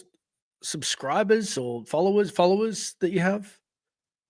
Not that big. Like I said, I was only just for the OCE space on Twitch, so it wasn't that big. So I've only got 2.7K on Twitch, which is still sizable because if you That's look at the big. average, if you look at the average viewers on, I think on Twitch, I think like people get like 3 average, and that's like the average that people would get these days. So when Star Wars was popping off, like it went pretty high, and that's what gave my channel the growth. Unfortunately, when the game died, my channel sort of became plateaued, and now we just play here and there. Then Battlefront had that resurgence, and the viewers sort of came back. Oh, thanks for that shout out, bro. I appreciate it. But yeah, I guess when they're actually playing Star Wars and things like that, it's really fun. Like Fallen Order on Twitch is really good. But other than that, yeah, it's a lot more loose, a lot more degen. Oh, look, there's my channel. A lot more loose, a lot more degen. Let's see if I can gift a sub live without don't. spending money. Without spending. Oh, you didn't let me. How do I do it? Oh, they make it so hard. You know they got the thing. Wait, I'm scared to press this button. Wait, Right. wait. No, I Look get at it. those Amazon. degen emotes, dude. Let's use Prime Sub. Ha. I can do things. There we go. Yeah, He's subscribing for free. I love it. Yeah. Thanks, dude. Appreciate it. Much love. Hey, Star Wars Central. I'd love to have you on sometime, my friend. Star Wars Central is. We're about to play a lot of SWOTOR. He jumped into our last SWOTOR stream, if you remember. I do, He yeah. is the British fellow that is basically the head, like the hub, the guy. I think there's another lady who does a lot of Star Wars, but he's the dude for not only the Old Republic, any updates or anything that you want. He's got a great Discord, but he's doing voiced projects, which are say like movies. Again, shout out to me because he's asked me to voice Cartho Nasi because our voices are similar. I don't want to talk about it, but I got to work on my car, so I'm very excited. And Central, yeah, is a great dude. Great, like he's kind of your person, Adrian, because he brings all these great creators together in like a mix, and it's like a shared space. And I cannot begin to say how much I love Star Wars, the community and the creators. Like I more than ever, like probably 10 times more than ever. I don't know why. It's just this renaissance of like I love the fact that Disney, in my opinion, has fumbled the bag phenomenally. But like the creators and the community are just propping it up, and we're coming together talking about like the best stuff despite that. And like you and I are about to play a lot of probably like we're not going to just do some show probably. Like we called it Sigma because we always joked that the reason why if we ever did a podcast, we'd call it Star Wars Sigma and act like Andrew Tate in Star Wars. Just be like, women don't belong in Star Wars. Oh my God. Like horrible stuff just to get the crowd, like what's the audience, what's the last thing that you should say on Star Wars? So it was always a joke, but we're obviously that's a joke. We're gonna be playing a lot of SWOTO, a lot of Star Wars games. Hopefully some Jedi Academy in there. I'll get you in there. Yeah, you have to be my sensei on that game again. You got to teach me that saber combat. But I look I'm forward to terrible. the. Are you? I mean, I watched you play. You're a lot better than me. I'm dog shit at that game. The ping is really hard. It's the way that I learnt is like punching a punching bag versus actually boxing. And so the dudes who learn how to box are so kinetic and they know footwork and stuff. They kick the shit out. But I can teach you. I can teach you how to punch a bag if that makes sense. Yeah, I'll need that first step. Actually, teach me how to Right. punch a bag. And then we'll get So railed by people. Oh, dude, because I remember I had the most horrible experience PvP on that game. I literally walked in and just like straight away I just got sashimi and I'm like, okay, well I suck. And then I just kept getting sashimi and I just never went back. I just got made into disgusting Italian sushi every time. Disgusting Italian sushi. That just hits the gag reflex imagining that. Buongiorno. No, what is it? Mangiare. Zach Fuchs says, Dash, I don't hear it in your voice. Karth. I'm not a one for one. What is his name? Raphael or Rafe or something. I've just got a quality to the voice that with practice, which I need to practice ASAP before I'm asked to do the role. You can access that if that makes sense. So people hear it. People who do voice acting can hear it enough where they go, you know what, this guy can probably. And I go, okay. So, can you give us your best Karth? I don't want to now. It's just too much. I haven't practiced like yet. Basically, what happens is, I practice when I play the game. Let's be honest, but I'm probably going to send Central, like a bunch of stuff and just let him shit on me. I'm one of those people that can take it, which is beautiful. There's also another guy who plays your Vader, Star Wars Central. He was lovely enough to get me introduced and everything, and he sounds like he does Jolie Bindo. He's got all the voices and stuff, and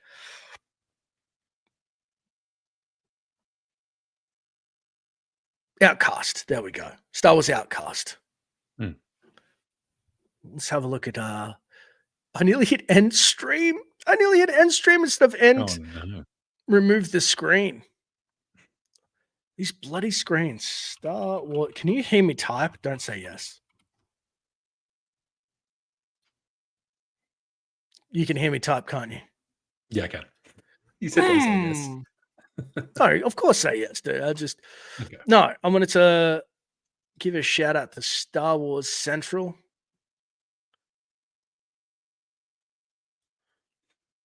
Now I know why Theory makes me share screen. Tulak Horde is pretty cool. I'm having a blank, funnily enough. Tulak Horde, was he ever... Who voice acted him in any of the games? Was he ever voice acted? He was, wasn't he? Well, he has to appear because he's got to be in KOTOR 2, his tomb. He's not in 1. Oh, because obviously the Korriban tombs. Don't make me. Now I got to mute my mic before I look it up.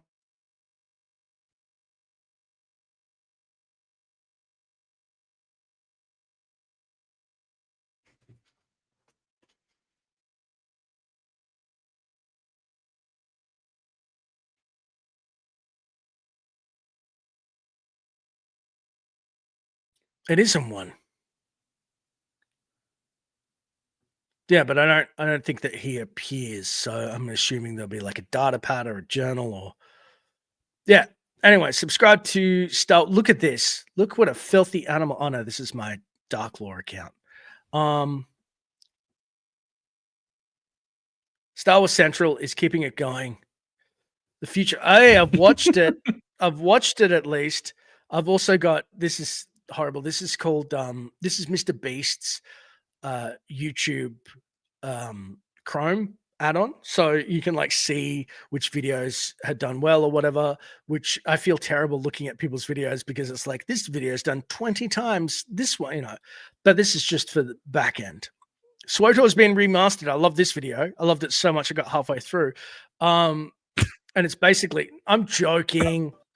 I could have stopped then, and it's basically showing all of the. Here you go. Oh, today in Tor, that dude's good. I follow him on Twitter as well. So it just shows all of the updated assets, which is weird to see all the grime. Did you notice that? No. Mm. I'm looking at that Mr. Beast extension there. That's wild, man. Holy crap. That It's is free. insane. It's free. So what you can do is like basically great. I've tracked it. I don't know what that means. I can click on it and then I can see how it performs and the views and crap like that. We're gonna be playing this, dude. It's gonna be us. It's gonna be fun. Well, my Are we gonna goal is do straight from the start? Are we doing straight from the start, like a brand new characters and we should, and we should make We sure should. that weasel drop bear doesn't get in there and ruin it. Play it. The No, who was the cav- guy who played it at the time? who sorry? So the worst thing to do when you're grouping is have people play all the time, like ahead. You're doing story content. You're trying to keep it. Oh, You said you had a Deadheads. guy. Yeah. Deadheads. Yeah, Oh, he Deadhead. Yeah. he will know life. It's like because he's probably listening. I'm sorry, dude. He has an obsessive personality. He will just like get the game, play it, no life. It will come back a day after he's got end game loot and shit. We're just like, fuck, we're gonna do it together. And then his excuse is, I'm sorry, I had fun, which is valid. He was having fun, so I really couldn't. But it's like, if we're on the journey together and all skipping it, it'd be real fun, deadheads. So I think he has many characters. So I think if he reserved one to come with us, I reckon he's typing. He, he's typing at me right now. He would do it. But What yeah, a having DJ. deadheads, I know having deadheads in the Cavalrain, huh? The Cavalrain. I've been really patient these days. He says, okay. Can't have it. So drop bear. Dash. Yeah, what has about it? given I want to us- start this from the start. I'm sorry for stealing views. Just letting it play in the background. How cool is this? That is pretty cool. I wonder if my volume works. Let me try. This is not going to work. I'll do it myself. Can you hear that? As you can probably tell from the title, Star Wars: The Old Republic is. I think that's through my microphone. It screws up. Go Central. We can't hear it anymore. No. I thought we'll just keep talking and have it playing in the background because it's so cool to see the change up. Star Wars Central. What? Where is your accent from? Because I know. No, I knew you go straight to that. The British. I know you're British, but which part? He's a real Scouser. He's a Scouser, is he? No, I'm just. Oh. I met a British dude, and he was from some really backwater place that I'd never heard East of, Yorkshire. and I was trying to Yorkshire pudding. I shouldn't have said pudding. I'm a big fan. British. He got really pissy with me because number one, I said my bloodline was Welsh and Scottish, and it was like disgusting. Which I love a little bit of casual bigotry. I was like, thank you. I don't really care. Yeah. By the way, Darth Sion, best accent. He made me fall in love with Scottish. I went, Scottish accent is the best accent. Sion as like a Sith is the craziest voice. Anyway, the dude, he didn't say book. He said book. It was like 3, like extra O in there. And I was like, book. What the fuck is that, dude? Judge me. I mean, apparently all the Brits think the Welsh are just backwater. They must be like Tasmanians. They just, whew. When I was living there, they considered Welsh people like how us Aussies consider Kiwis, just sheep shaggers. Oh, but we love Kiwis. Yeah. Yeah. Nothing wrong with them. Speaking of which, my Scottish blood, the Celtic blood, I'm gonna give blood this week again. I hope I don't nearly pass out. I'm so sick of it. Do they give you like cookies and shit after you do that? Yeah. They normalize your blood sugar. It's just a involuntary reaction.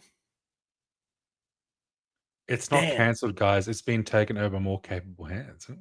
Saber Interactive. We're talking about. So we're talking about from the start of the stream, which was a long time ago. The cancelled KOTOR, which was by Aspire. Saber Interactive are obviously carrying the torch, and it is still in production. As far as we know, we're going to hear more. Damn, I like Irish, your Italian, Scottish, German mutt over here. Damn. presuming it. This is a cool picture. I don't know what that is. There's a pill. It's very cyberpunky, maybe. I don't know. I feel like I should know the artistry. I'm looking at it going, damn. Please enlighten me, because I know that you love whatever character this is. Mm. All right, OG filter. Korriban looks sexy. Dude, I got to tell you about this. I got to show you this. That's a new area on Ord Mantell. No, it must have been before. That was Korriban. I missed it.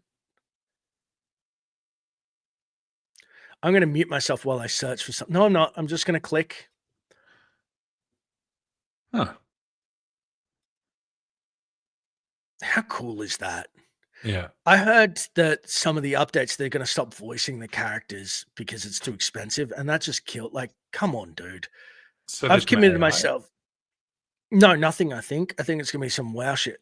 I'm heartbroken. I have committed to myself, and I'm scared to say this out loud. I want to tell the story like and do all my videos that I've been putting off, because I've got a handful of KOTOR videos on my channel already, which I loved making. KOTOR 1 and 2, but I want to do all of the KOTOR story, all of KOTOR 2, and SWOTOR, which is the character classes.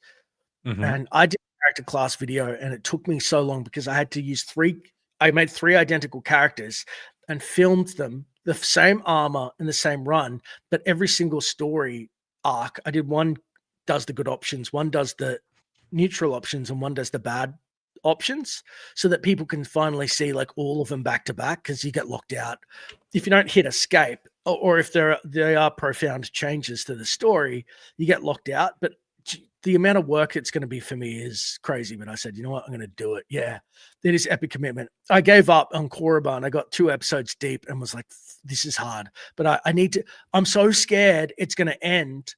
I'm so scared that, because the story is the best part for me. I'm so scared that they're going to pull this MMO down like they did Galaxies. And without the fan community, like nobody's going to know the smuggler story, or nobody's going to know the Jedi Knight story. You know what I mean? So I'm like, I gotta get it, but it's just going to hurt my soul to do the amount of work that it's going to take me a year, hopefully. But and Central will tell you. Cause. Well, the thing is, because the views aren't there, you have to be on top of your game, and also if it doesn't float, then do a side series to keep, yourself alive, if you're doing it full time like myself. You know what I mean? So like it's one of those things. I wish I did it at launch, but wish in one hand and shit in the other, and see which one fills up first. I like that. Had to need that.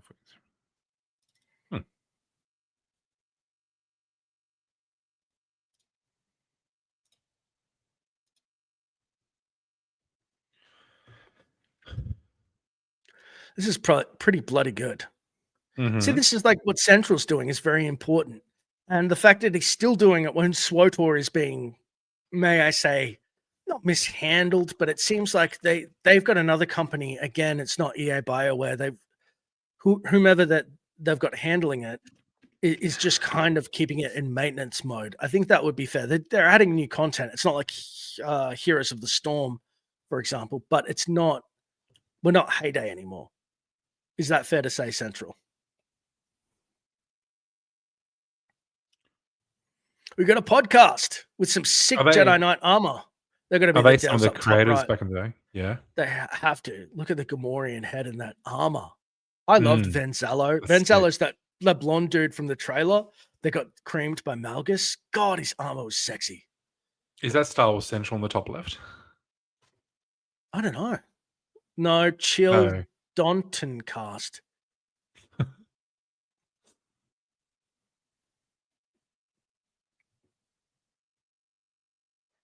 Skill or the ambition. It breaks my heart. Like, we're talking about what happened to Star Wars.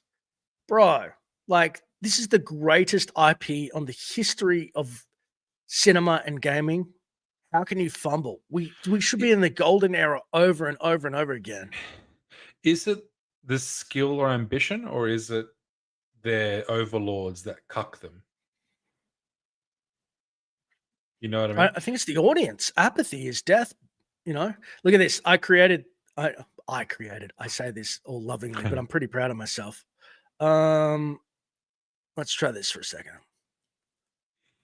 I created some art for KOTOR, and I've got to re-upload it to Why can't I click this?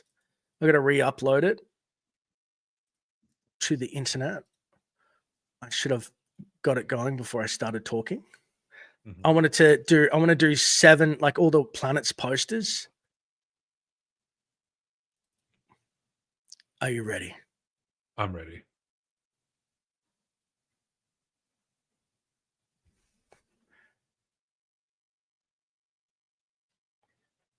That's cool. That took me way too long to design. I've redone cool. I've only done these 2 planets. That's the Korriban, obviously, from SWTOR. I Uh-huh. know I've cheated. And what is that? The Thoraxin shark, or one of the sharks from the seabed? I don't know. I have a vision, Adrian. I want to see all of the planets in that style on my wall, and then you know, let people get them if they want them while I'm playing the game or so. I don't know. That's sick. Yeah. I've been just like researching Kashyyyk and just being like, how the fuck do I make this look good? You know, Just trees. as not a natural designer, I'm like, oh well, it's the gradient. Is I have on my wall an Oblivion poster that I absolutely adore, in the same style that, like, I just went, I want to create this. You'll see the exact same bloody. You'll be like, oh, okay, I get where he got the inspiration from. But plainly just KOTOR planets. Okay. I mean, Yeah, we so could. What about Nar Shaddaa? You know, who would you have?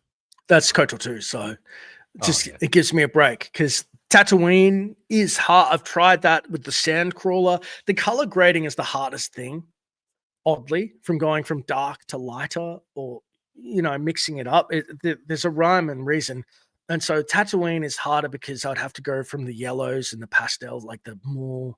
You can't have the blue sky, which we have behind us here. How do I stop screen? I'm trying not to remove you from studio. I don't know how Theory does this crap. Like, here we go. So this is SWTOR. Sorry, I was just reading one of the comments. Yeah. Oh, that's cool. Tola comes in hot, baby. Don't hold back. That's a wild display picture. No. This is better. I love this dude. He's not afraid to say some wild shit. Outlaws is that mobile game that I tried to get you to download, remember? That I played like 1 round of and went, That's Hunters. What's Outlaws? Star Wars Outlaws was the one with the sort of like smuggler chick. It was a game done by Ubisoft, and that's even worse than the mobile game. Everybody. No, but I had that hot take that, like, the same as Tola. Like, Tola, I don't know if he's trolling or not, but like, as bad and as buggy as it was, I had a lot of fun on it. I thought it was still enjoyable, and I think I live alone in that. You traitor. God, if I had that traitor gif, like little traitor. No, I don't care, dude. That's great. My brother tells me all the time The Last of Us 2 is amazing, and I'm so colored and jaded by the internet that I'm like, I won't try. If you say Outlaws is good, that's probably a piece of shit. But I love you and respect you, so Well, I said I still had fun on it. I'm I I'm think joking, dude. no, yeah, no, because I was always trying to look at the criticism that I got, and a lot of it was pretty valid. And some not so much. But yeah, video games are a weird one. It's just like, how do you think it's a good game? It's just like, I guess if you have fun. Jedi Power Battles, dude. Yeah. Jedi Power Battles. I love it. And Yeah. let me get the trailer. Did you ever play Power Battles? No. Oh my god. My friend. It is, imagine a platformer that doesn't platform correctly. And so you just fall off the ledge. It's got one job. And it's got like arcade style, so it's hard with the lives. Oh god, it still rocks. Let's watch the trailer together. If I can make this shit work. I'm actually amazed. Like, I know that I'm fumbling right now, but let me tell you something. Mm-hmm. I'm amazed that I'm doing any of this like at speed, because Theory usually does all of this back end stuff. Here we go. Oh, so it's like Mortal Kombat, but Star Wars. No, it's an arcade. Wait, it's multiplayer. We can play this. This is the perfect co-op game. Yeah.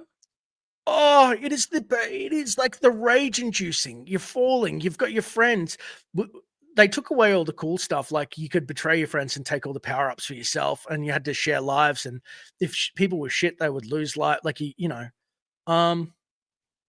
but yeah, it's really good. The sound though, Theory always is going on about the sound, and he's right. This sound, ready? Mm-hmm. No, there's got to be a way to change all of my sound. I'm going to do this, dude. Have faith in me. Don't say anything. Ready? Yeah.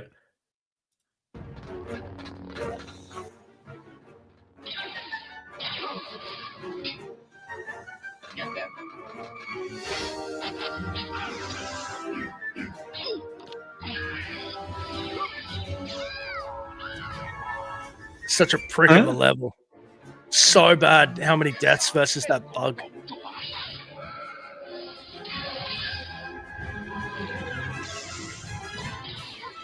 It's so much fun. We're going to have a blast.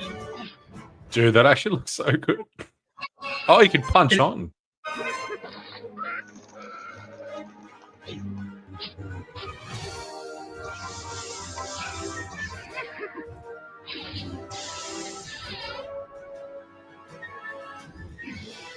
Oh, that part you always fell. My God.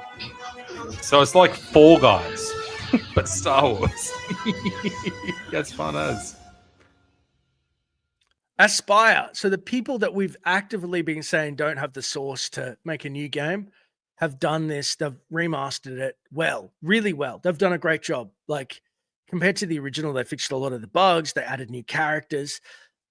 So it rounds us back to the original question of, does Aspire have the and it's by PlayStation. So that means that on some level they've earned their respect enough to do mods, but no, they just didn't have the salts to the minerals to make a full remake. They've done some good work. Looks fun to play. How do we get it? Is it exclusively on the Steam, on PlayStation, or so we can do it on Steam? Steam. Oh, nice. Yeah, I got it on Steam. We're gonna play. It's gonna be rage. It's gonna be tears. It's gonna be two bros. So we have to. So we're a team, or do we play against each other? Oh, I think there's a mode you can play against each other, but it's really co-op. It's really, the problem is the screen moving, right? And you're trying to stay on said screen. Where's a platform? And if you run off, like, you're kind of screwed. And so, yeah, it's not, it seems easy, but it's kind of hellish. The perspective, you're trying to navigate, you're kind of both stuck on the screen. Like, think of Battletoads or Double Battletoads. Dragon. Yeah, I was Yeah. playing that on my Switch the other day. Like That's that's what. Yeah, this is what Star Wars is made for. But also, like this was pre Phantom Menace. No. It's maybe it's post Phantom Menace launch, but it's pre Episode 2. So Mace Windu originally in the art had a blue lightsaber. They've changed it to purple in the remaster. Ayla, no, Adigalia, the other council member, the one with the funny Yeah. dreadlock looking things, she had a red lightsaber. I don't know if they let her have the red lightsaber still. Pretty sure she does. Yep, she's got red. She's got a red lightsaber, like before, Mhm. like EU rules, you know. So it's like they've really gone all out, making sure, and I think they've added a bunch of new shit. Like I don't know why they've done big head mode, but clearly this is like the Mario Party kind of level of Mm. co-op fun. It's gonna be dope. We're They gonna had so many cool have games back ball. then. I remember the old Phantom Menace game on computer. That was fun. I enjoyed it. I've not played that. I have not played the Obi-Wan on Xbox. I need to. I heard that it has cuts similar to Jedi Academy. It's a bit janky, but I want to play like this. I'm talking like think about our childhood or like what we had for a bulk amount of like, even though it's kind of a short burst of time, the amount of goodness that we've had is amazing. The fact that all the money in the world that Disney have and we still can't get like a crop of this stuff again is also amazing to me. I loved the original Rebel Assault game with the joystick. That was hectic. Rebel Assault. I played this. Remember the one? It's like the TV. It's like the sand speed or sand hopper. I don't know, the one that Luke Skywalker can shoot big slugs with, or womp rats with. You know what I'm talking about? Is it T16? I remember, T16. I Yeah. remember that in SNES. No, old school. It was on the computer. It was like Rebel Assault. Oh, is it Rebel Assault? I got it on my Yeah, Steam. yeah, and it's got Rebel Assault too. I played a lot of Rebel Yeah. Rogue Squadron on GameCube. Mm-hmm. There's also oh shoot, what's the Dash Render one? Now I'm losing it. I can't let down my namesake. Dash Render. Not Shadows of the Empire. Shadows of the Empire. You ever notice how many Star Wars names start to meld together, and you're just like, Mhm. oh. Did you like the strategy game Empire at War? Is it Empire at No. War strategy game? Theory likes that. We can play some of that. We'll play all the multiplayer shit. We should go old school. You know, I just keep forgetting you have braces until I see your teeth. Yeah. I keep forgetting. Horrible. I forget about it, and then I remember, and I go, can't wait till they come off.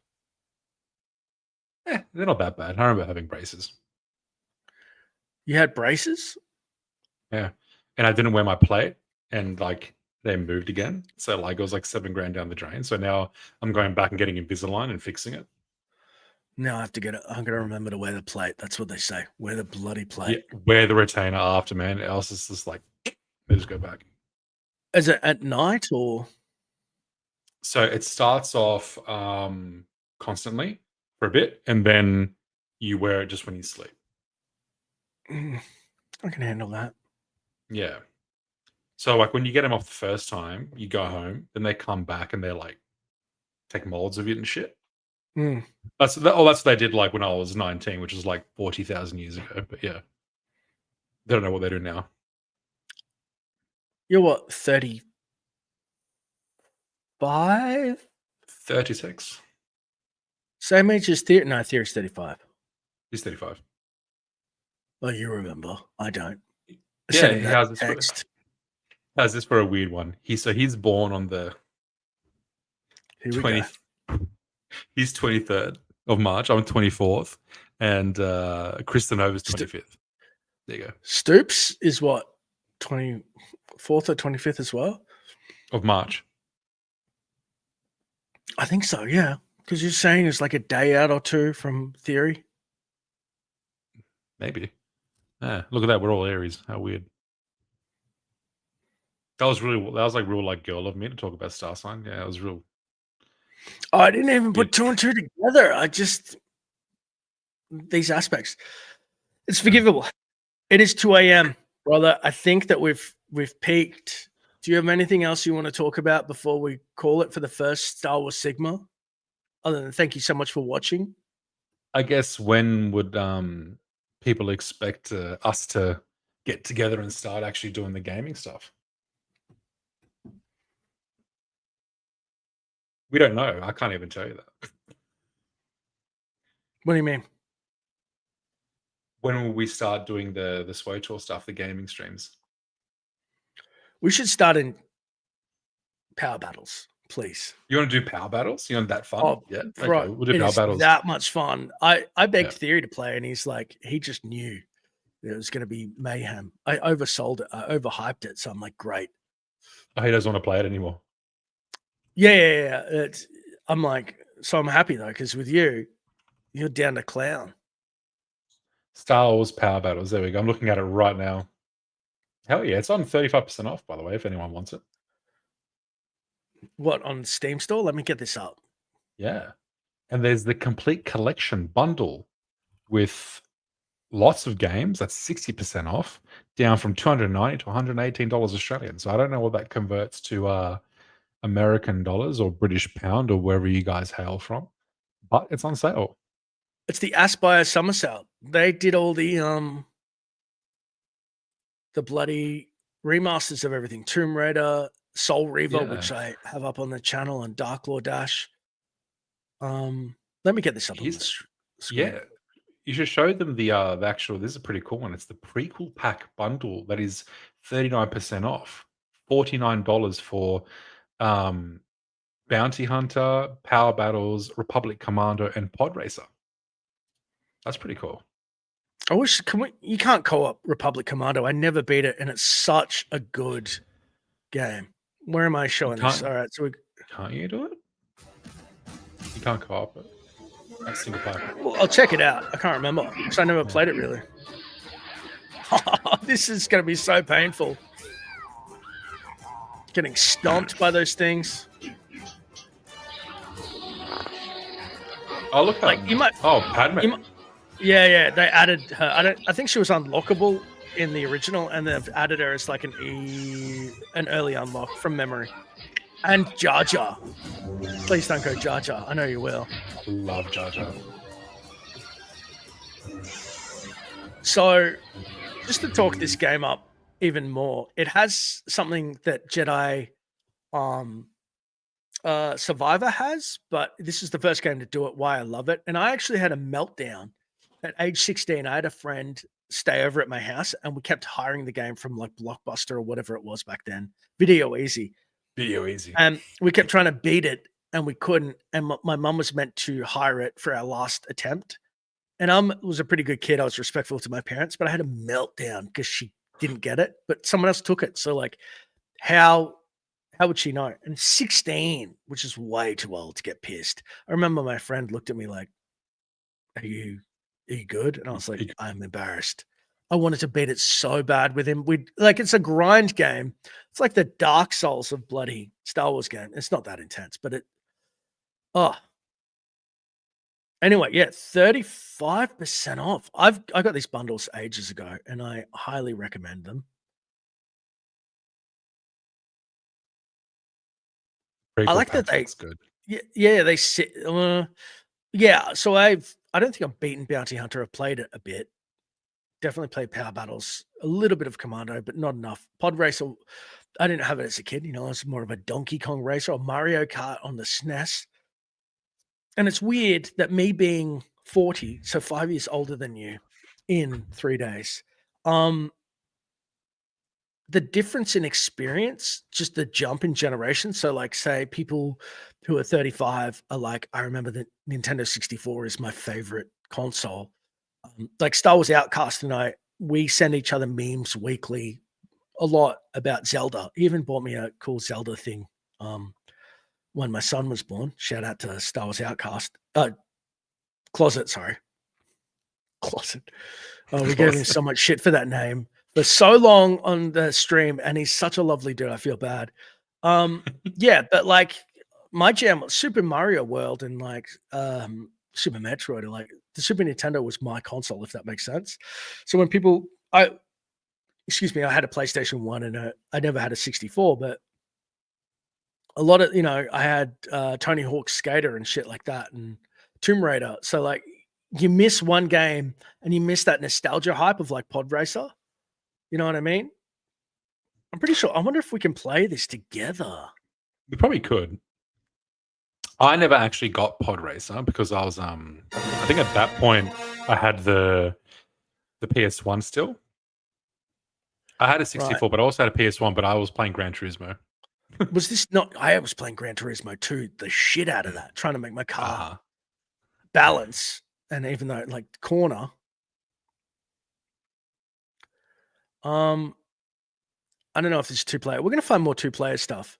It'll be It has to single be player. Yeah, 2-player. single player. Nah, single. What? Which is sad. What's Wait, the point of a family racer? sharing? Family sharing? What's that mean? I don't know. I swear you could Assume split that- screen and race each other.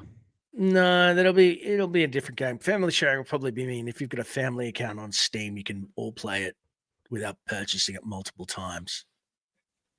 That's my take. I had a God, I'm really excited. weird, unrelated question. When we lost an hour this morning because we gained Daylight an hour, savings. Yeah. does that mean did the world go back, or does that happen later? That's too much of an adulting question for me, isn't it? At this time, The world? Are you saying do other countries have daylight savings at the same time as us? No. well, the northern hemisphere, right? They would go back at one point, presumably. Yeah, but they don't have the same date, right? Well, I mean, we're like 12 hours in front of Europe or some shit, aren't we? Whatever it is. I'm assuming they would go back at a certain time. Actually, Star Wars Central, you're in Europe. Tell us, did you gain an hour last night? Did you lose an hour? Is daylight saving finished for you guys? All I know is Americans have like a different day for Father's Day, and it just fucks with me. Why is that? I don't know, dude. I don't. It's Oh, above my pay grade. Does that mean the Canadians have it the same as us? Was where they're Commonwealth? These are all pertinent to Ah, AM questions. I know. 4:15. Yeah, I don't. Okay. So it's 10 hours, right? Difference instead of 11? Dash is correct. About the family sharing, not the split screen. We'll oh. find more. Multiplayer. We may even go back to Galaxies, though. That is going to be the worst grind. That would be the worst grind. I'm not even good at that game. I just got into fights with people. I used it as a chat service and just trolled. Yeah. So what about the question of the actual stream title? Is the cancellation a good thing?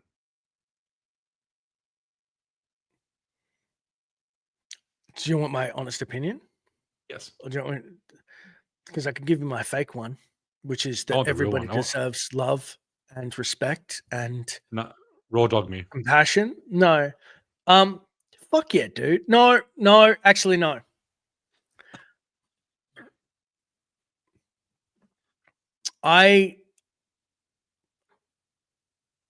As far as I can tell, Aspire are really good at modding and porting, and they do good things. But a remake takes a great studio. Having said that, BioWare, its first time, got a bunch of people who never made a game before and made Baldur's Gate 1, which is a classic, insane. So I don't know. I need to see what Aspire did because like superficially, you just go, they're just a porting studio and write them off. But you don't, which is, there are a lot of other studio. I'd rather give it to Ravensoft, for God's sake, who made a Jedi Academy and Outcast. But they do a lot of stuff like Call of Duty Ghost and stuff. They don't work on the bigger titles anymore. But having said that, you know what I mean? You don't know what goes on behind closed doors. So I would have preferred if you put a gun to my head to say give it to a bigger studio, but I would love to know what they actually had cooking and know why. That's my honest answer. What about you? I'm more inclined to agree with what Star Wars Central just said. It's like if it moved to the studios and it's cooking for a long time, it's a good thing. But that's on the proviso that like the time it's taken is for its quality, not because its overlord said you're taking too long.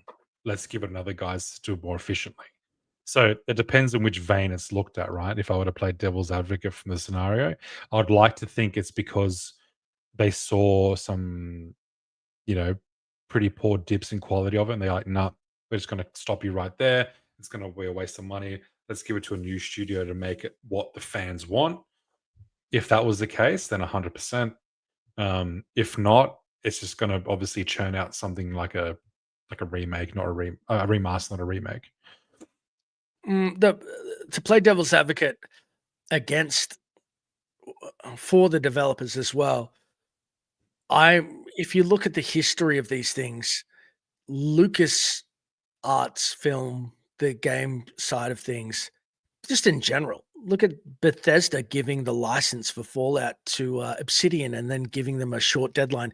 Anybody who holds the keys to the IP are notorious for just basically saying, like, giving unrealistic deadlines. And so it could have been as simple as the PlayStation guy said, I wanted it 80% of this. And they said, yeah, but we're really cooking on a new thing, or we've had to redesign a thing because you guys keep giving us feedback, redesign.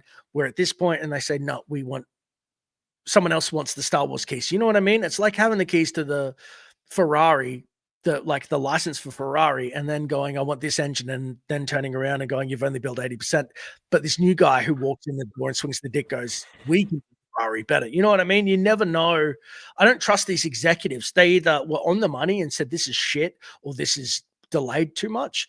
But to pivot when Aspire had it for at least 2 years from memory means the amount of money and time, resources that wasted just by saying no, and fan expectation. They've killed, like, do you know how many times Jason Schreier has said KOTOR's been in development? I have on the old Dash Star channel KOTOR remake stuff from a modder back in 2015. 10 years of KOTOR fuckery. There you go. Fair point. Central says, We don't know. Well, some people know, but we don't. It's always interesting to get behind the scenes and see what happens. It's even like when you relate it to the movie questions, like when Kathleen Kennedy says creative differences. It's like, what does that mean? It means Kennedy came in and swung her dick around, or somebody, you know what I mean? Like, I heard, Stuck a chick in it.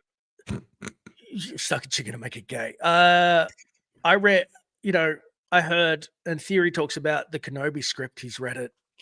Nobody, parts of it or whatever. He's seen it. People who have are like, Kenobi was cooking, and then whatever they did to bastardize that show was unforgivable. And it's a miracle that Ewan wants to come back. And so, well, Ewan was an investor. Damn. He helped produce it, so he has a personal stake in it. But with that Kenobi show and what the original guy wanted to do, I still didn't agree with it. First Outlaws, then this. No, go ahead. Say why, by all means. So if I recall back in my memory banks what the original script was, and I'll have to fact check myself, but it was,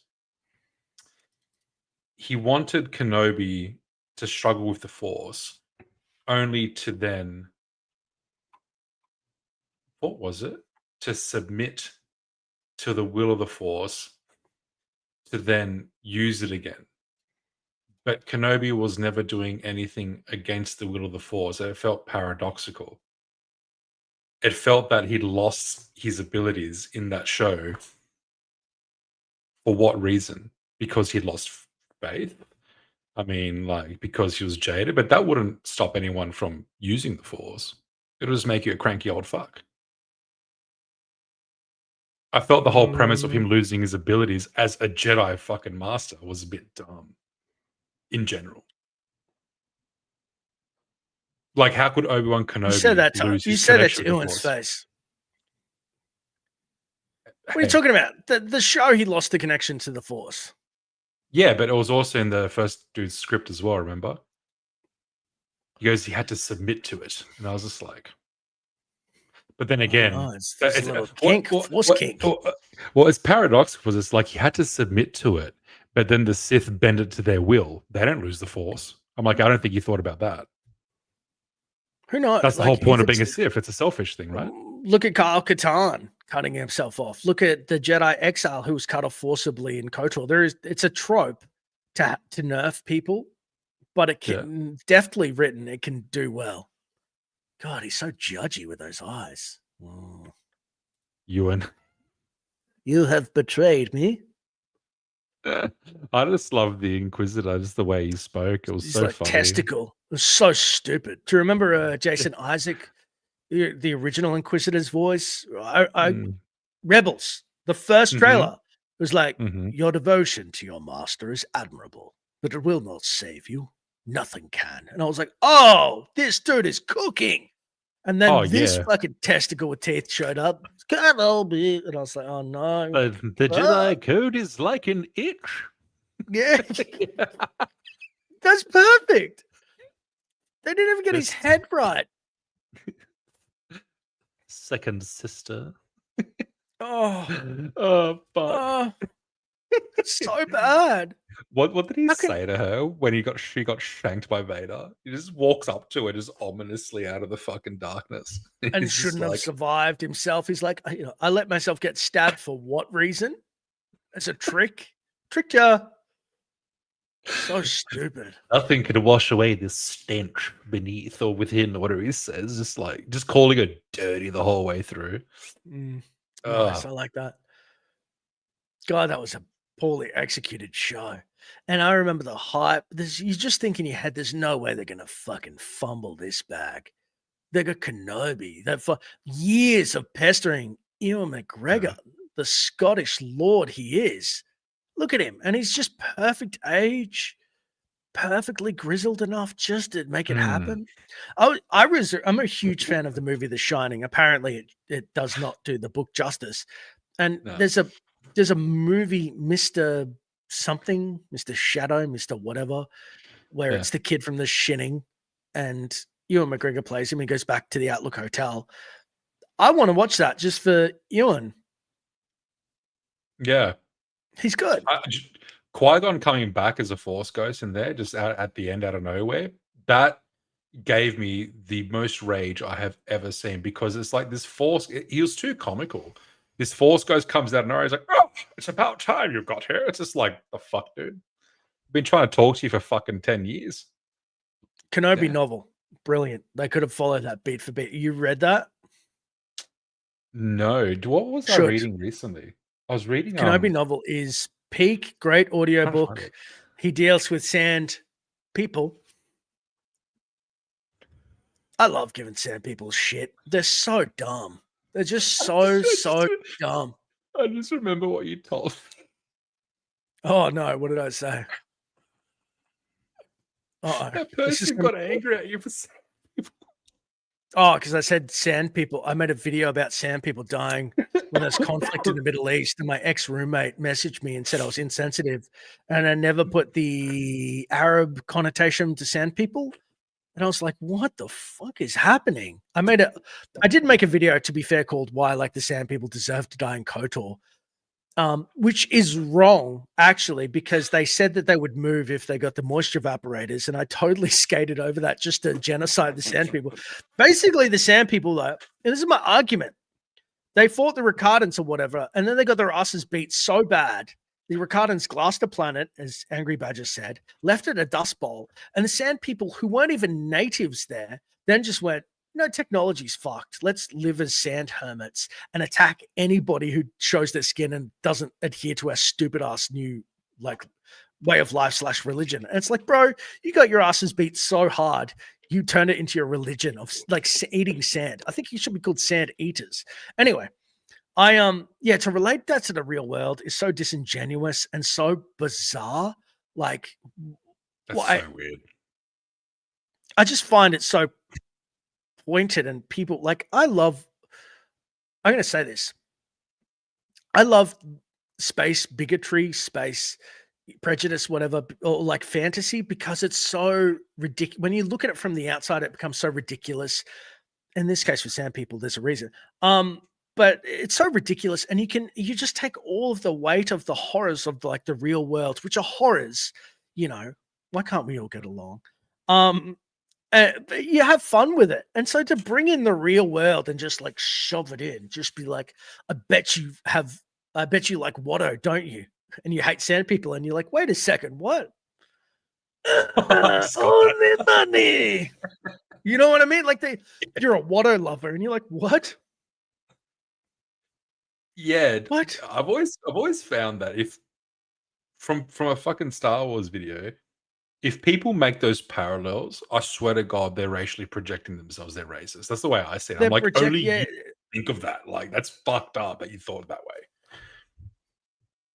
I don't Like, even think that yeah. George Lucas is bad. I think that he messed up a little bit with, like, say, Jar Jar only in the fact that if you mix a couple of cultures together, like say Huttese is ancient Mayan mixed with, he got a linguist to do it. You can't tell where it's from. Whereas Watto obviously is pretty derivative. So is, I mean, him being a grifter didn't help. Lecherous thing he is. But like say Jar Jar just is a like there's nothing about him that's Rastafarian except for his head tails and his accent. So like George could have mixed another couple of cultures in and nobody would have been able to hear it. Or say the who were the guys at the start? The Trade two aliens. Federation. Right, yeah, Japanese. Like you could tell that he didn't put as much effort into the language aspect. God, what is that? Gungan? No, Newt Gunray. Fuck, come on. Do you know the alien race? What they are? Oh, Gamorrean. Nemoidians, what are they? Nemoidian. Thank you. 'Cause Nemoidian? They were Yeah. named after Leonard Nimoy, weren't they? I hate when my brain does not do the lore thing I need it to. Yeah, I'm like, oh, he just wasn't as good at his job. It's not bigotry. Yeah, I find it so silly, so disingenuous, like, I watch this stuff to get away from the real world and to have fun, you know. But there are people, So- yeah, in this day and age, like, and I'm sorry, I'll give an example. There's this hilarious thing in the Elder Scrolls game where in Morrowind, the Dark Elves are super racist to everybody. They're horrible. To you, even if you're a Dark Elf, they call you an Outlander. And you're like, oh, give me a break. But the beast folk they have as servants, as slaves, and they call them farm tools, which is funny because they make them work the farms. Okay, cool, funny, whatever. People are now trying to say like that's a slur and that like somehow relates to real life. I'm like, there are no beast folk in real life. Or the best thing I've ever seen is that I'm going to get a picture of this. I'm never going to say anything. Like, I feel like I'm taking crazy pills with like the amount of like people try and project. You know what I mean? That sounds crazy to me. Like the same way they tried to say that orcs in Lord of the Rings was Tolkien saying that's what he thought of black people or something. Well, that's how he depicted black people in his story. I was like, that's insane, dude. Like, who Yeah, thinks but that's people projecting what they think they are because I never put that together. So I'm like, do you secretly think that of black people and you're just saying that? Like, right. It doesn't make any sense. I'd be so offended. I'm like, what do you mean? You think I'm an orc, dude? That's insane. Like, yeah, built out of mud. Star Wars inside. Actually, hello there. Hey, hello there. Damn it. You've done it. Sorry. No, it's all yours. There's this one picture that I'm trying to find from WoW. It is so funny. I can't. So while you're finding that, because I'm struggling this in my head, was Watto meant to be Italian or Jewish? I think it was meant to be Jewish, dude. Was he? But I think he was probably the most on the nose because not only was he a bit of a a lecherous usurer, like I'm sure you couldn't lend him money, but he also had the long nose that didn't help. It's a nondescript accent, Middle Eastern is a little it's like really greasy and I thought I get Watto it. because Watto, like maybe Italian power, especially when he was like, "Oh, money," like I was kind of like, that sounds like my people. Yeah, it could have been, but people want it to be offensive. They want to be offended on like some people are just like obsessed. I think being these offended. stupid opinions exposes the bigotry of the woke tards. Yeah. Fair enough. Wild Yeah, take. but my problem is I don't want to think about the real world. I don't want to have this argument. I don't want to be like, hey, because the world is terrible and people treat each other poorly. I get that. I love storytelling and I love these worlds. And to bring their ugliness and then to like try and project it and trying to say, oh, you told a story about sand people, therefore you're against X people, like it's so crazy. It's so caustic and just cancerous. I'm like, cut it out. Cut it the fuck out.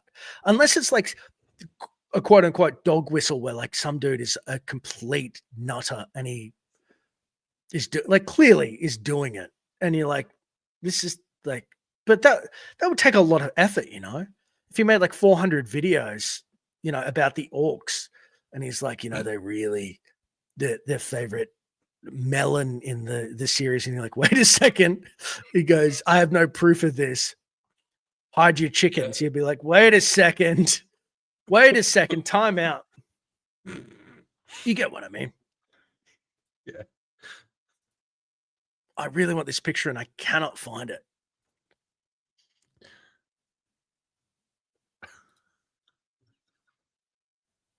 I've got it. I've got it. Yeah. This is going to be the best. You ever play World of Warcraft? I did for a couple of hours, and do you know why I stopped? Because I felt myself going, if I continue down this path, I'll be unemployed. Yeah, same. So I'm not a WoW player by any means. I used to just look at like I like the lore, so I'd look. Mexican orcs. They changed. They didn't even. Who's that big fat thing on the side though? I don't know, What the fuck, dude? but this is the opposite. So instead of saying, "Hey, you guys dog whistling races in," whoever's working at Blizzard actually projected and said, "We need to give them a culture," and just made them Mexican. And it's the funniest, dumbest, weirdest thing. Look at the mo and the jacked fucker. Look at him. The teeth and the mustache and the sombrero, dude. That's insane. This is the original stuff, like the original pictures that they did, like say Chris Metzen, for example, who's an OG at in Blizzard, like back in '95, right? Yeah. This is I'll show you some art that he did that is so funny. It is just like what it used to be. You know, orcs were scary, they were muscly, they were bulky, that's an orc cutting a dude's head. Like he slit his throat. That's the original artistry. Legit. That's what an orc is. Yeah. And now they're wearing sombreros and having family gather. It's so funny. So that's recently now.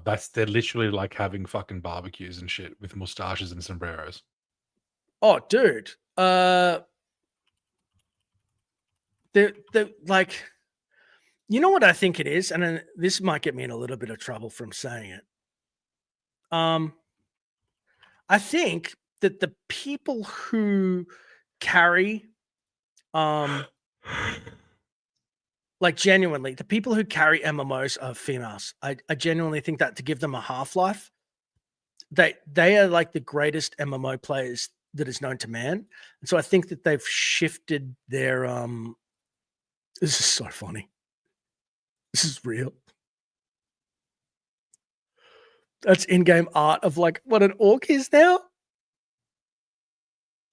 That's fucking disturbing. Isn't that not the greatest?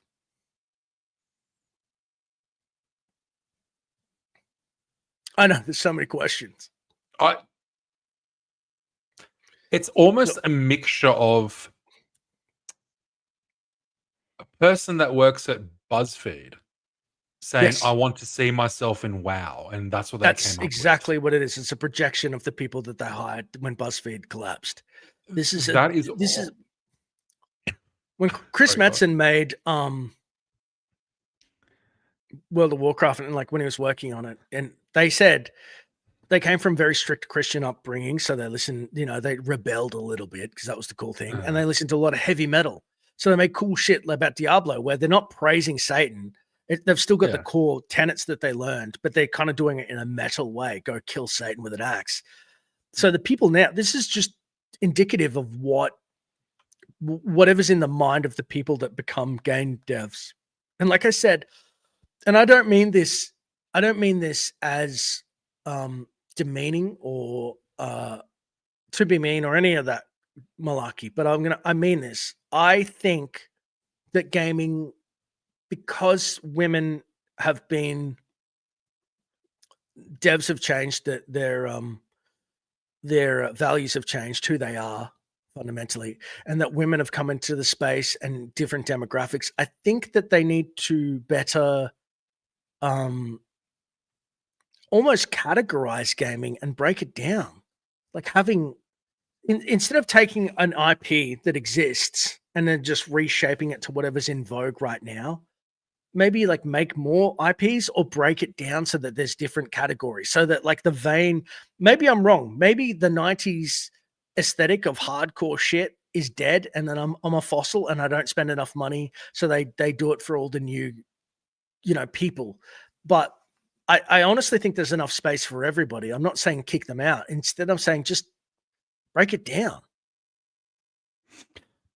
Or just simply, it's just like I think wanting to see yourself in movies or art, I think is strange, especially in something like World of Warcraft or something like Star Wars, where one's a galaxy far, far away and one's just got mythical motherfuckers running around everywhere. To wanting to see yourself in that art, I think is weird. And it's exclusively like what you're saying, people who are entering the industry now. Because that reminded me of the girl or the woman who was commissioned by Marvel, I think it's Marvel, to write stories about Starfire's daughter. Did you see that? Give that a Google. Google Starfire and then Starfire's daughter, and you'll Send it see to me, dude. 'Cause I don't know if I'll. I'll send it to you. So Well, you know to you your know who point, Starfire is, right? yeah, of course. The orange chick with the red hair that was really sexy in the 80s in Teen Titans in the adult version. I had the craziest comic where they all got killed, and they weren't like teens, they were adults. And it was very, very gory, very sexy, very weird. It freaked me out. It was very dark. I remember being a teenager being like, oh. So I'm sending it to you on Discord. So this is Starfire's daughter, Mhm. and then Oh, I'll send you Starfire's daughter's author just to make you understand about it. This is her wiki page. She literally copied and pasted herself. And so look, okay. So this is Starfire's daughter. She just looks like an everyday person these days that's a little bit edgelord, got a nose ring. It means that's an opinion you can trust. All right, whatever. Person. Good. I don't mind that people are represented a little bit more, like more normal people, quote unquote, as long as the story's good. But in a comic book setting, you got to kind of bring it, like there's a reason why the aesthetic is what it is. It's because you got to kick Well, ass. Anyway, let's have a who would look. cosplay? Who would cosplay as that? It'd be a pretty bloody easy cosplay. Did You know, you the see same author I dude, sent you? the same dude who said to me that I was an asshole because I said sand people should die, also said that fat people, because he's a skinny Frenchman, fat people shouldn't cosplay. Make it Fucking make hell. sense. All right. Jesus Christ. Yeah, make it make sense. Like, What if someone wanted to cosplay as Fat Bastard from Austin Powers? well, that's what it opens it up. That's what I think of though when I see somebody with a normal body, quote unquote. I go, okay. And that's the author. Mm. Creative, right? I'm just going to draw myself. And all I can think of is who the fuck did Starfire have sex with to make her someone that ugly? Damn. Oh, there's a little tinge of hair color. Yeah, I think I don't think that any of this is wrong per se, in the fact that if people are projecting themselves, or like my favorite Star Wars story is Red Harvest audiobook, which is basically the thing put into Star Wars.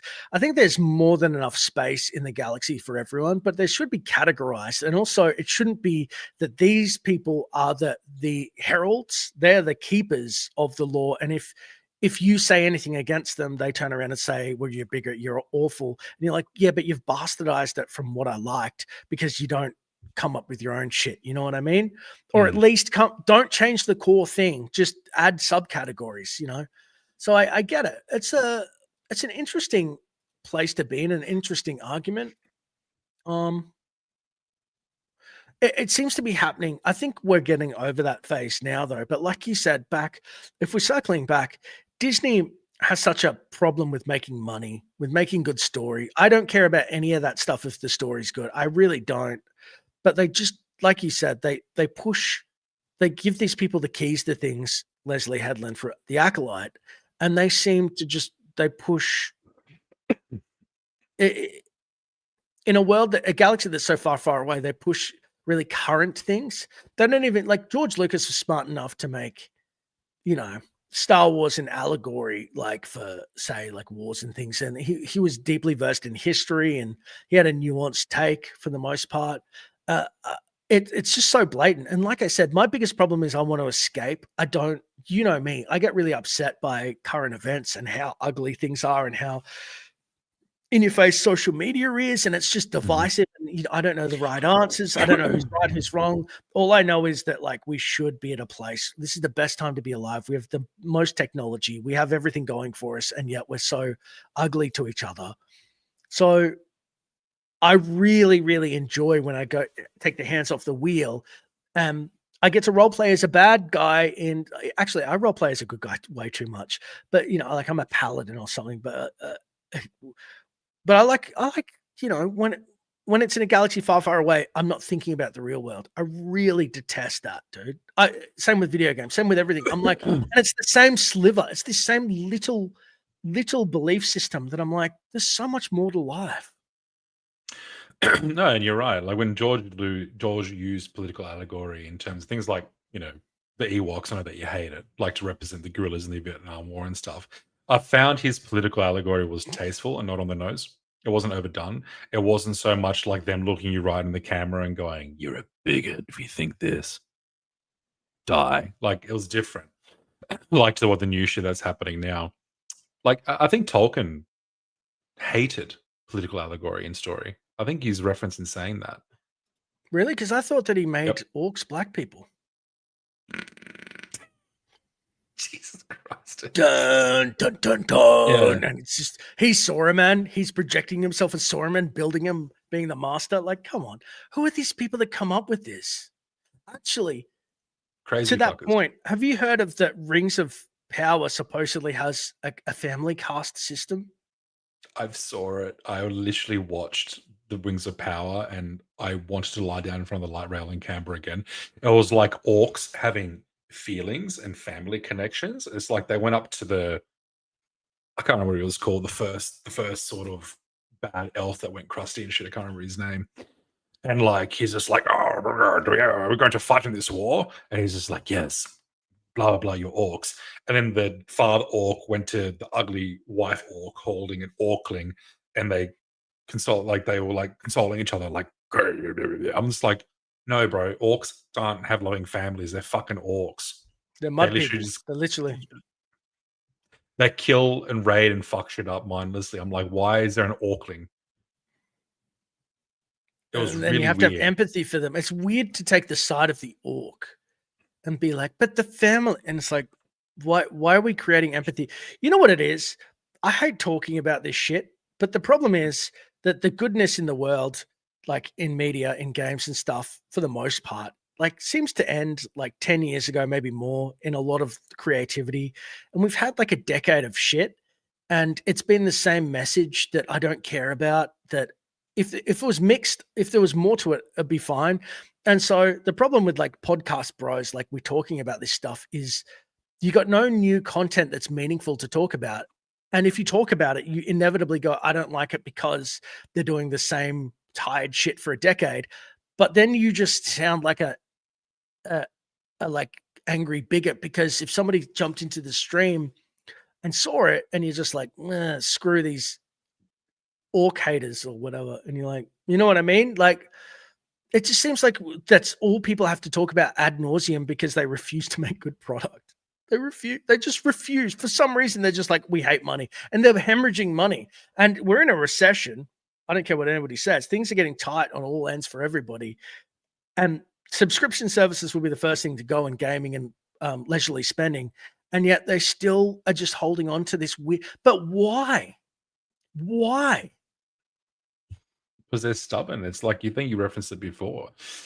I think it's the ego and things that they want to normalize through media I guess. And I think things they want to normalize through media also sometimes oppose people's morals. Like, I'm just Yeah. waiting for to start next Star Wars to have, like, I don't know, Togrutas doing Star Wars OnlyFans and normalizing it. Like, Oh, that I would don't be know. amazing. I would love a Twi'lek arc where they have to make an only. Oh God, you're just writing some good fan fiction. They have to There you do the go. sex work to pay for things, and then some fat. I was going to say Hut. white. No, hut. They got to be white dudes. It's always Imperials are making fun of Oh, them, yeah, even though yeah. they're paying and they're like pay pigs, and they're like, you women are Mm. disgusting, and it's an allegory for the people who pay for the OnlyFans, and they hate the people who pay, even though they're keeping them in houses, and it's just like. But there's clearly other jobs for the Twi'leks, but they choose to do it anyway. Like, there's this glaring thing where it's like, she's like, this is not following my dreams. I'd rather be a dancer. And then she's forced to dance for the Imperials, but really she just doesn't want to get a job. This would be so funny. And they don't see that point though. They just like making poor Twi'lek. I love that Twi'leks are like basically a sex race in Star Wars. And it's like, who decided that? Somebody saw that scene in episode 6, which by the way, my uncle had on VHS and like paused it till the tape nearly popped when all his titty popped out. Yeah. Mm. He was I mean, I respect that, but he was very much into it. He's salivating. Made me uncomfortable. Not the titty, just how much him. Shout out to uncle. Somebody saw that and went, they're a sex slave race forever. one dancer, and they went, your head tails are going to do things they're going to quiver in ways. And they're like, but we can offer more. I'm going to say this. I think, in the straightest way possible, that you and I have a certain skill with our voices.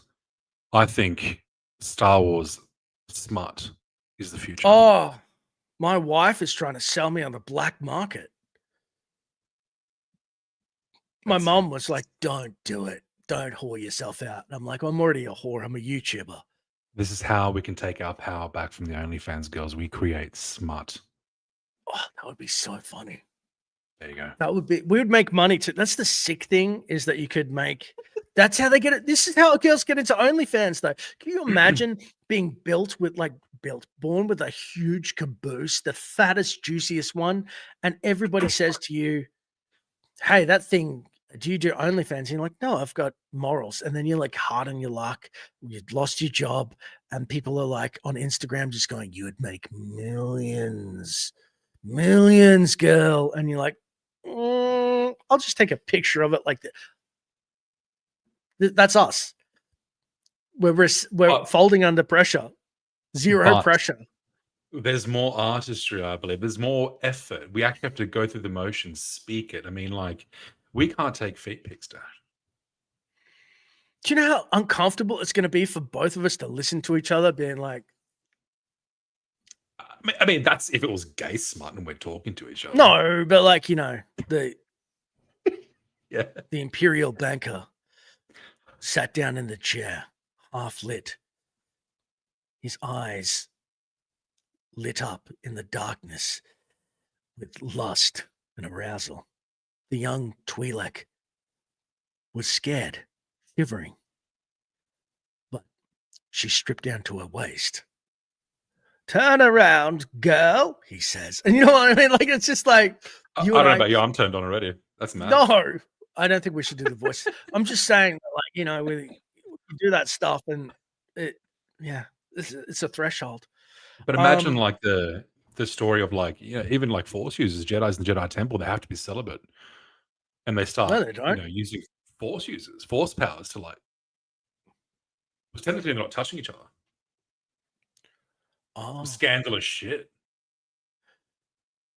you Bit mean of like Force bro hate. stuff? You mean like Obi-Wan and Anakin in the wars, and they're really lonely on the planet, and they're like, it's not gay if I do it from this side of the little outcropping. I mean, like, Doo-doo-doo-doo-doo. look, different strokes for different folks. I was talking about in the Jedi Different Temple, like a female Jedi and a male Jedi, and they just, doing Oh, Force I thought you were shit. talking about because like I immediately go to Two Bros Yeah. or Yaddle and Yoda for some reason because they had to Mac on. Like, Imagine the Force midi-chlorians. technically a hand job. Didn't touch him. The Force did. The Force jacked that Jedi off. Can you imagine? I'm This being is going to too be the unhinged. worst thing I'm I've ever so said. sorry, guys. What if this is what he talks about on Twitch 24/7 that we banned and we've already gone there. What if in the Jedi Temple, Grogu, Yeah. his name is actually no, He's no. not a child, he's 50 years old. Grogu, his name is not just a name, it's literal. Because Grogu. Yoda's Mm. Palpatine sends in a cleaner droid, infiltrator. Yoda and Yaddle have a little bit of fun and something hits the ground, and then his Grogu gets scooped up, and then that's how he's cloned. And Palpatine is like, Grogu. Disgusting. Yeah, it's disgusting. We're creative too. You want to give a creative person some license? We're gonna just go nuts for that. I'm just saying, dude, that like sex happens in Star Wars. I just got a comment from Deadheads. He goes, "Nah, Jedi are all about avoiding attachment.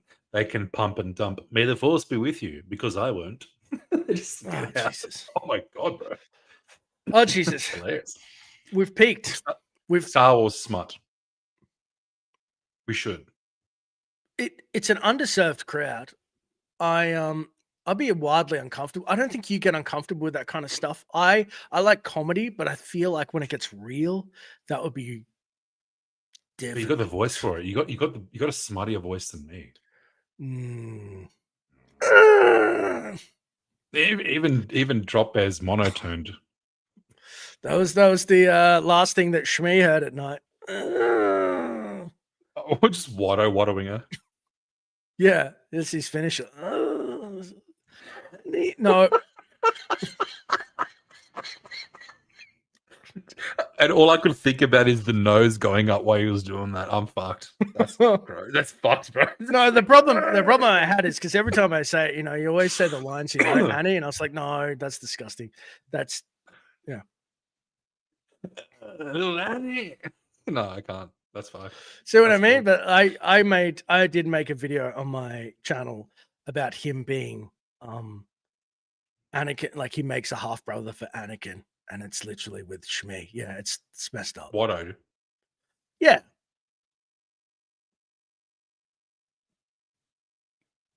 Could you do a smutty Qui-Gon with Shmi? I think that people want that to happen. Soft, smutty Irish voice. Oh, like there's a simmer, I don't know how I wouldn't talk about the sand being in every orifice in that shithole of a planet. That's not sexy. Thinking about how like caked up you'd be, and I mean sand cake. Tatooine's not sexy, but I get what you're saying. There's no sex in Star Wars, which is amazing because it is a universe. And as I said before, all audiences could technically be served. There could be Star Wars. Actually, there is Star Wars porn out there, but like there could be Star Wars romance.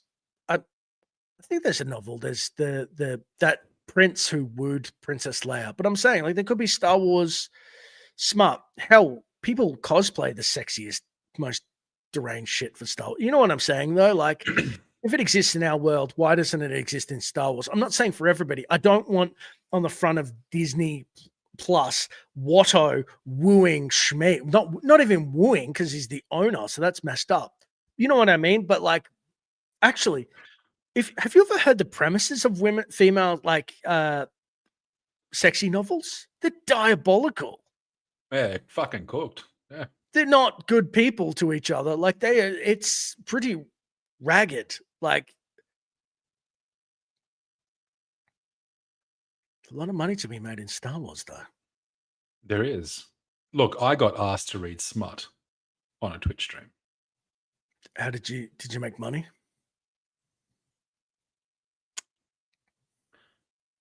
No. But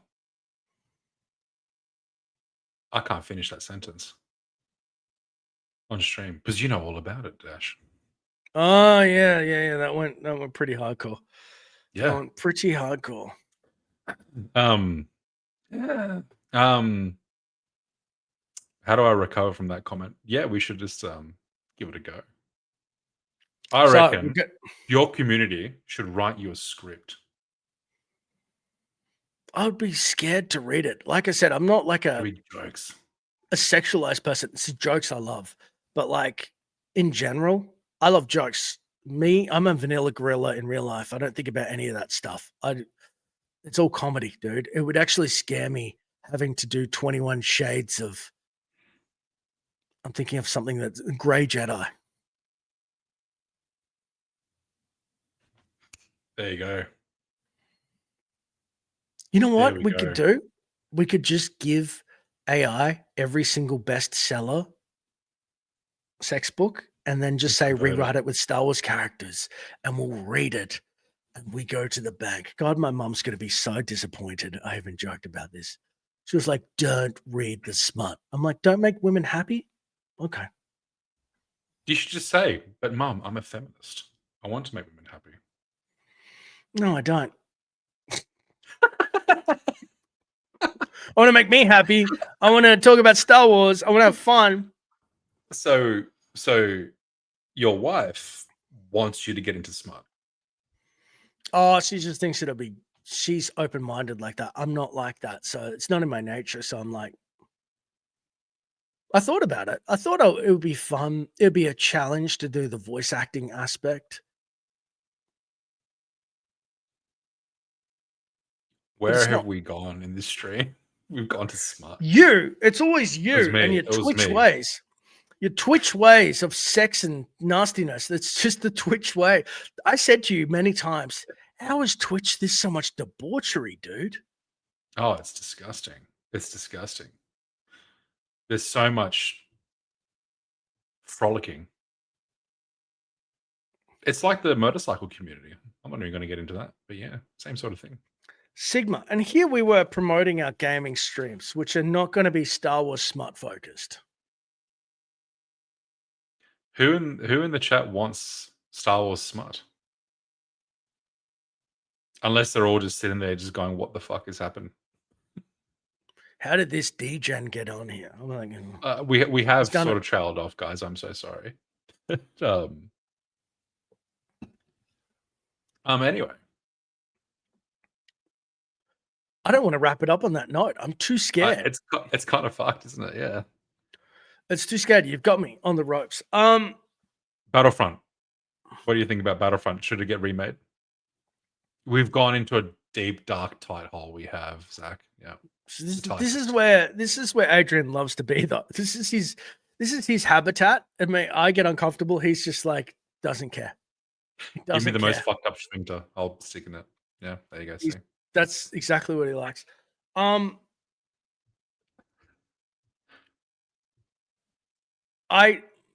Should we let it die? I was going to say, I did hear back in the day from an unnamed source that Battlefront 3 was already being worked on after 2. And they weren't from DICE. This was an outside person who I trust. This is while I was a game changer, so 2018. And I was like, I reckon there's something there. Whether it's concept stage or alpha, I put money in that there's at least something beginning to look playable. Concepts.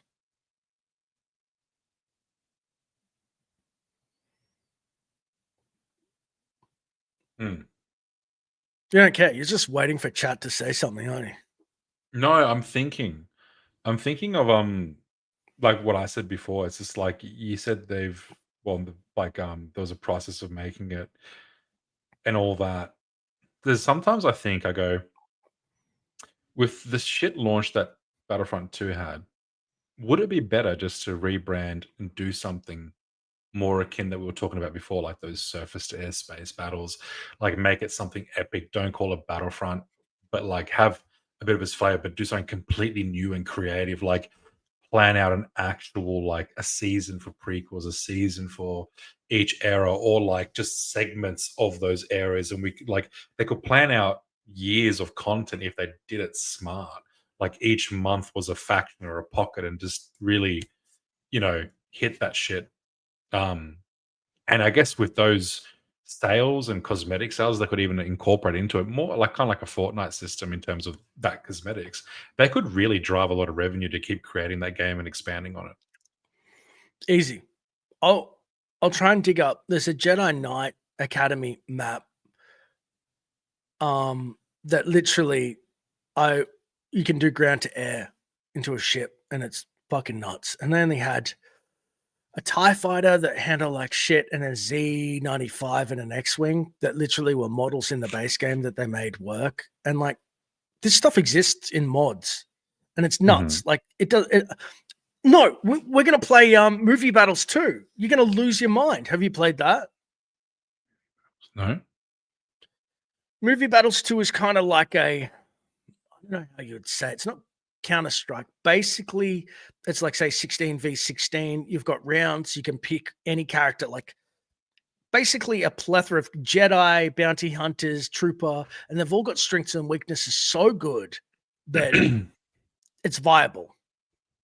Like heroes, it's not just troopers. Then here, it's like heroes, troopers. Who gives a shit?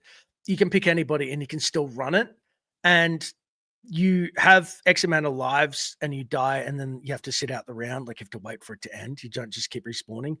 And they usually play on Theed Throne Room, which you're very used to with Battlefront, and it's hectic.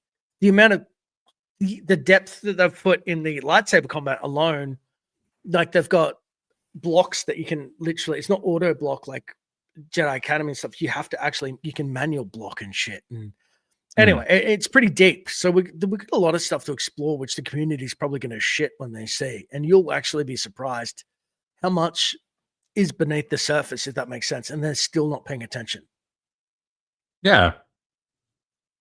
To Dominic Sanchez, what would I exist into in existence? Oh, sorry, my brain is farting.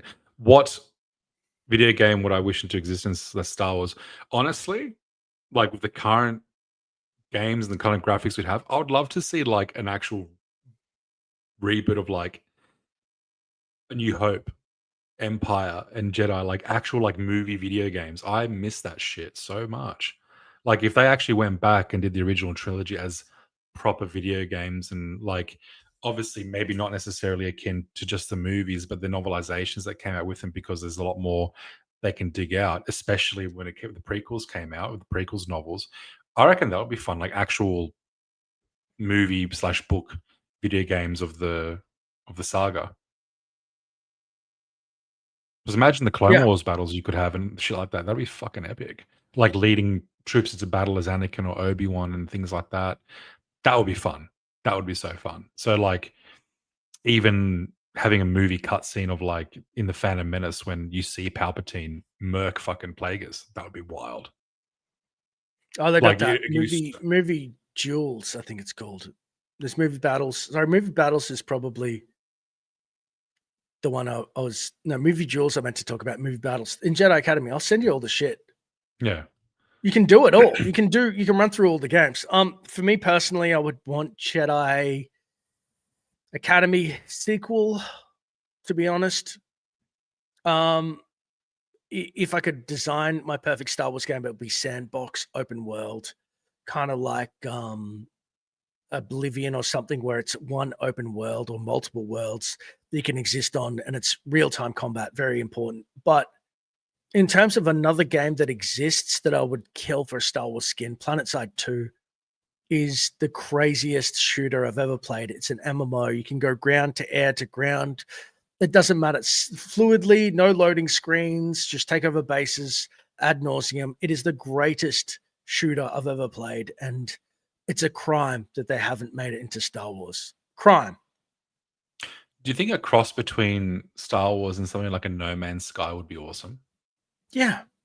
Everything. Star Wars is just the toolbox. It's the sandbox that you just say make like I said, Red Harvest is the thing with Sith in Star Wars. Every single movie that is the greatest. They could make The Shining in fucking Star Wars.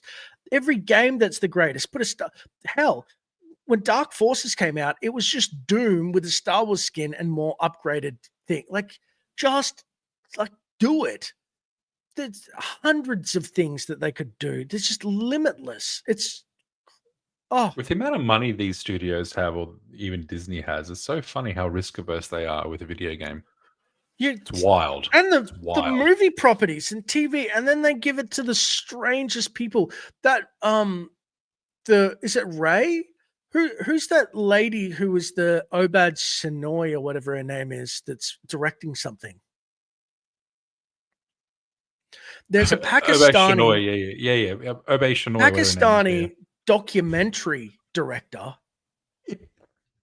and they're giving her the keys to one of the upcoming franchise. I don't know if it's the Ray movie or Starfighter or something, but I'm like Ray movie. a political documentary. I'm sorry, do you want Sir David Attenborough to play fucking a Jedi? It's weird, right? Because like Is Steven journalist- Spielberg asleep? Is he Yeah. busy? I don't think it's happening, but it's funny with Obey Shinoy. It's just like her journalistic integrity of the story she told about like Pakistani and all that kind of stuff was like, for what she did, was really good. And you're right. It's just like, how the fuck does that translate to a Star Wars movie? That's all I care about. I'm not diminishing her as a weird, right? person or her job Oh, as a journalist. I don't know if she's right Yeah. or wrong. I don't care. That's right. Quentin Tarantino is like, you know what? I'd love to do a Star Wars Western. Who kicked the fuck it? Sure, it would sound like Tarantino voiced every character, which is annoying. When you hear that when you imagine Tarantino voicing every character in every one of his movies, you can't get it out of your head because everyone talks like he talks. Who cares? He's great. Give it to the greatest A24 director, Tarantino, fucking anybody that's hot to trot that has some skill. Clint Eastwood, even now. Have you seen Unforgiven? I just watched clips of that over and over. Make Unforgiven in Star Wars. Make the whole movie. Just give it a Star Wars skin. That's a better death for, a scene for Cad Bane than whatever the fuck they did. Like, Could you a nutless deal monkey with- could do this. Could you deal with a Tarantino Star Wars just being that over the top? Like Kill Bill? No, but You know what I mean? Like, yes and no. If it's categorized right as not if it's not like some George's Star Wars vision, like it's not an episode 8 or 9, if they had Disney Plus and then Star Wars and then a category that's like Disney adult dark and it only contains shit, like they could do Star Wars horror, Star Wars thrill, Star Wars, like Tarantino 100% can play in that universe. The problem is you'd have to have a bulky, strong pillar of George Lucas kind of focused main stuff so that the side shit that was wacky just seemed like the EU, which is what George had. He had his vision and then thousands of EU properties. He didn't give a shit about which the top 5% or 10% were creme de la creme, but the 90% of EU that was wacky, like Mos Eisley Cantina novel, for example, didn't matter. It was just another painter with his paintbrush in, on the canvas, if that makes sense. yeah, I have two directors that I would like to see, or I think it would be good in a Star Wars movie, or they would actually make a good Star Wars movie. And I think do you know Harry Potter? Obviously, did you watch the movies? Yeah. not sequentially though. So I know the story completely. Yeah. So there's one Harry Potter movie that for me stands out artistically, and that was directed by a guy called Alfonso Cuarón, and he's a really pretty famous director. And I think artistically, it was the most unique out of all of them. So, like, I reckon him directing a Star Wars movie is not that far fetched because considering the movies he did, and then he did Prisoner of Azkaban, I was just like, he can do fantasy, he could probably adapt his artistry to sci-fi. I reckon he would be amazing. And also, a lot of people have hot takes on this, but Christopher Nolan. Yeah, I'm not the biggest Nolan fan, but I respect the shit out of him. I see. This is the thing: people who I don't like, but are still loved by other people, I would want in the universe. If they had a strong enough core pillar, you could do anything. The problem is, like, they could do all of the woke crap as well. If it was just one sliver, if that makes sense, if it wasn't the core pillar, if it wasn't slapped onto the core pillar.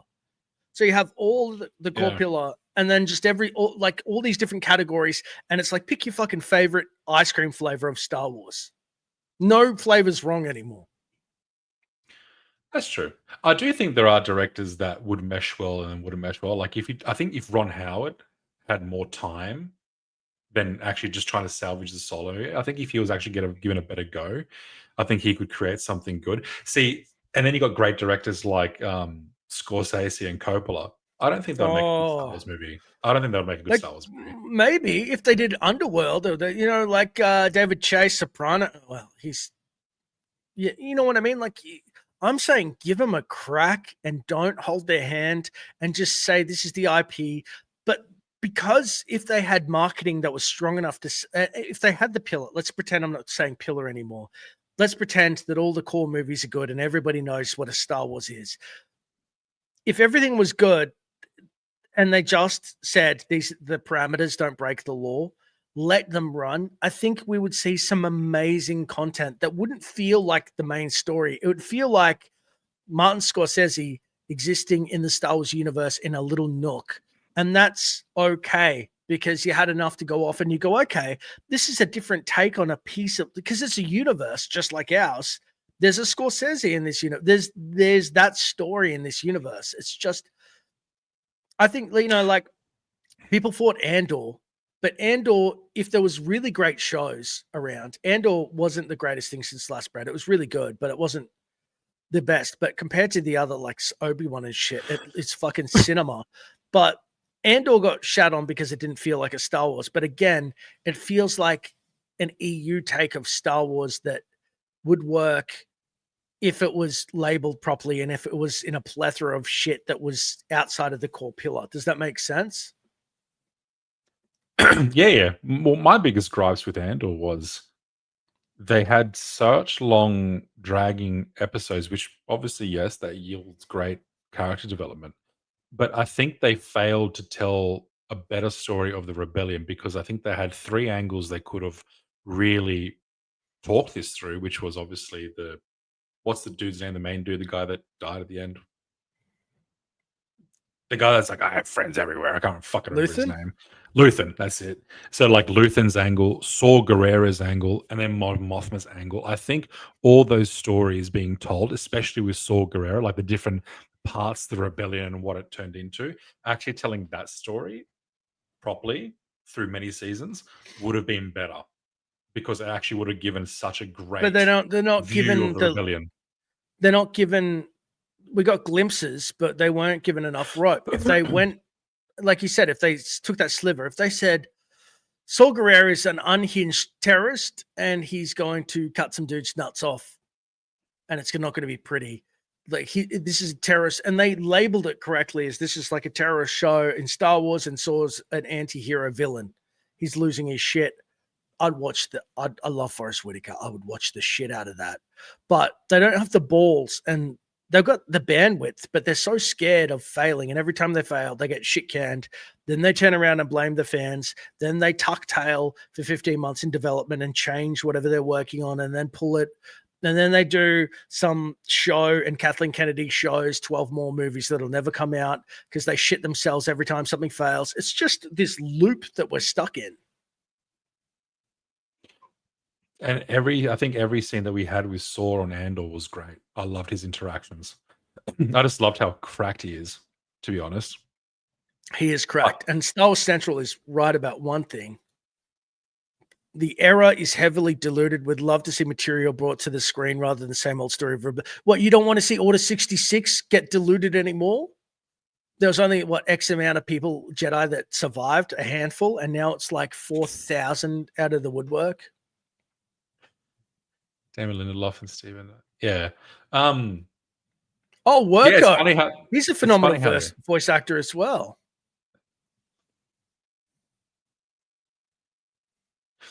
Yeah, I think the Jedi's spawning that survived are a bit too much. If they did it more sparingly, because I think obviously there would have been survivors in Order 66, but I think they're just playing on it a bit too hard, right? Look, they're scared of stepping out of those eras, but also Dave Filoni is so hot for the handful of characters he cast and created. Ahsoka, Cad Bane, Embo is a fucking villain in Mandalorian and Grogu. Who's ever stayed up at night and gone, more Embo? Oh, come on. Nobody. Yeah. That's true. Dedicated Oh. Vader series, absolutely trouncing, not being Puss Vader, being hardcore. I think they need to step away. And like, I think it's hard for me because I'm like, I have this anxiety that every time they touch something that I grew up with, I just already have this feeling that I'm like, they're gonna fuck it. And I don't want to feel like that anymore. Like Nobody does. I don't want to They feel act like that. we're villains or criminals because criminals. God, I'm using a little bit of, Mr. Bombastic, hyperbole. Look, they act like we're scumbags and they use all of the names when we just say we want a good experience, good piece of media, and everybody's starting to become numb to it. I used to be freaked out by it. I was like, oh, like my old roommate telling me, I was racist because I was debating whether killing sand people was the right thing in KOTOR. Really, it shocked me because I'd shared a drink with him. I lived with him. We were friends. We had no problems that I knew of. And then he's turning around questioning my moral fiber as a human being over a Star Wars. And I'm like, you never were my friend at all. Like, there's such a crazy concept to me. But that's kind of like the world, divisive dog eat kind of dog world that we're living in. And it seeped so far into media and Star Wars that I feel like they're paralyzed as well by fear. Who is paralyzed by fear? Sorry. The people, Disney, Kennedy, they like create divisive content that's only does one thing. And then they also are afraid of like, okay, I don't care about America's two-party politics. Australia, we're pretty loose with it. But when you start making stories about one side being bad the whole time, obviously that's going to alienate half your audience. If that's all you do ad nauseum, and it's really on the nose, right? Mm-hmm. I feel like it's just trickled into all media where it's, I mean, I don't even want to talk about, this is the thing that really just busts me up inside. I don't give a shit. Until 7 years ago, I didn't really think about politics. I don't care. Like, I want to escape. I want people to be happy. And so, like, have you seen the new Peacemaker? No. Strangest thing. I was reading about it and I was like, what a bizarre concept. James Gunn is using Peacemaker season 2 to basically be the flagship of the DCEU. But the premise is that Peacemaker goes to an alternate reality. Do you mind if I spoil this? His dad's like called White Dragon. He's a Nazi in real life, a piece of shit, right? He kills him or whatever. He goes to an alternate reality. Dad's really nice. Everybody's nice. Everybody's happy. Everybody's cool. Everything about this reality is better until one of his crew joins, who happens to be a black lady, and then everybody tries to kill her, and he realizes everybody's racist in that reality. But here's the problem with that. If everybody's a Nazi, like the Nazi symbol's literally on American flag. If everybody's a Nazi, but the whole place is better, that's fucked up in and of itself. They don't see that commentary, like they're missing the point. It's just like, you're saying that it's better. It's when they smell their own farts in a wine glass, dude. That's what I'm saying. But everybody's doing it, and we can't keep talking about it. They can't keep getting away with this. Have we seen a shift though lately?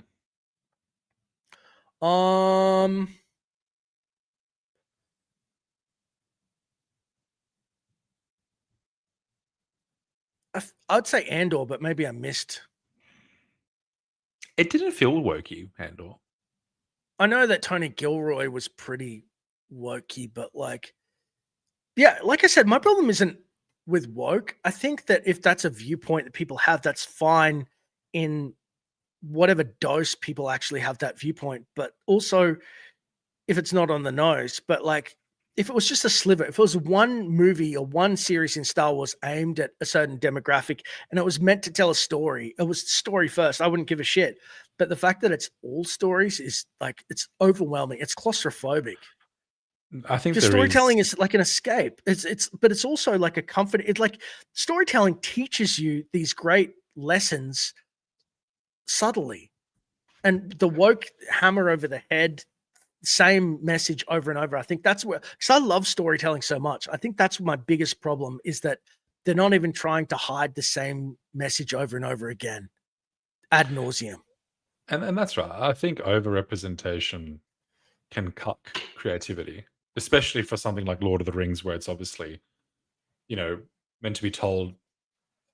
He got his inspiration from like the old shires of England. You know what I mean? I think there's certain stories you can tell that don't necessarily need to represent everybody. Similarly, if you're, having a story in like, I don't know, a basketballer in Harlem or something, you know what I mean? Like, you don't need to overrepresent that story and things like that. I know that's probably a really bad example, guys, but like, you know what I'm trying to say? Imagine like an Italian fisherman and there's just like everyone involved in that. You know what I mean? It's just like, I think the casting of stories should be contextual to the area and the story you're trying to tell.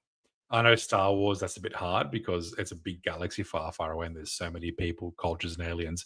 And I don't think that's ever been the problem with people in Star Wars, is seeing lots of people. I don't think it's ever been that. I think it's just things that just hit on the nose, like what you were describing. Can I say something personal that we've said? And thank you, Worko, for saying that it would have been a good, like, yeah. And I understand the premise totally would be fine if it was executed well and it wasn't like ham-fist. Everything seems ham-fisted though. That's the problem. Can I tell a story about your own personal struggle? Not the whole story, but just a ethnicity. Go on. I'll say it. You're not going to care. No, So Adriano, if you cannot tell, is Italian, a proud Italian man. And he has faced prejudice in real life. And it's unique to him. And he's told me his story of just like a casual encounter and it sucked, right? If you took a piece of that and put it into a story and it made sense, it's powerful, because I think telling a story that relates to you is cool. Like, and also, you could project it into Star Wars. It could be, I don't know, Watto's story. But if you did it 47 times in different ways, I'd be like, you're fucked, mate. Like, respectfully, I love you, but can you stop? It was a bad scenario and it made sense once or twice, like, but you're saying the same shit over again. And then audience is like, we're kind of sick of this. And you're like, yeah, but it's my reality. You'd be like, bro, can you just say a Star Wars story?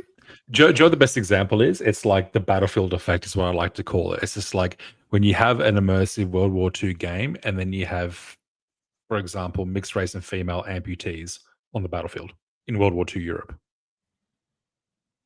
That's where overrepresentation kills authenticity in story. It's wild. Do you remember that? How wild that shit was? Yeah. Just being in the Battle of Na'vi and you just hear like some chick screaming, just getting shot in World War II. That's because of microtransactions and Tracer and shit. That was just, what would you say, emblematic of like the times where they tried to capitalize. That was capitalism trying to masquerade as diversity, but also trying to be capitalist. They wanted money Do you know what I didn't like in the about dumbest Overwatch? way. They Pardon? nerfed. Do you know what I didn't like about Overwatch? Mm. They nerfed Tracer's ass. I was around during that time, dude. Remember how I said I hung around, like we made that video? I was around Yeah. the devs. It was the avalanche of complaints from Reddit was so wild. What? Really? They were just like, how dare you give her cheeks? How dare you do that pose? You're perpetuating this sexual stereotype. And it's like, I get that people want more realistic looking people, but also, again, superheroes are the best of us. They have to be fit for a fucking reason. And being fit means sometimes you're cheeked up. And also people aspire. Celebrities and things are like the new gods to people. People look up to celebrities and their bodies and how cool they are and how attractive they are impossibly. And the rest of us slop go, I want to be handsome and I want to be buff and I want to be Captain America and strong and protect my family. Like, cool. But that's the thing. It's like the best attributes people want to be like. You know, making someone who looks like Jabba the Hutt the hero of a story and they're like out of breath. Ugh, ugh, let me just go save this republic. You'd be like, oh, dude, like, See, I find that really weird because you look at Marvel Rivals now, and there's just dump trucks everywhere, dude. Especially that new swimsuit, like the summer swimsuit season. They're just cheeks everywhere, and it's so popular.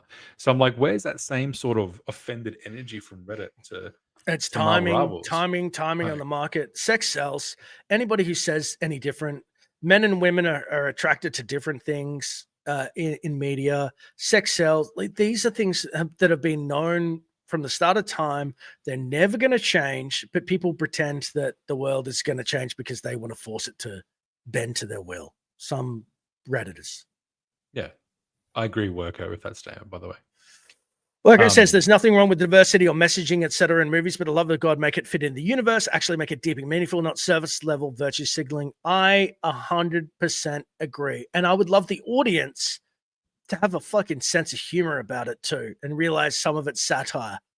Like, one of my favorite things that Homelander said was mud people. And I realized people would seem like mud people compared to him because he thinks he's a god, right? They're nothing.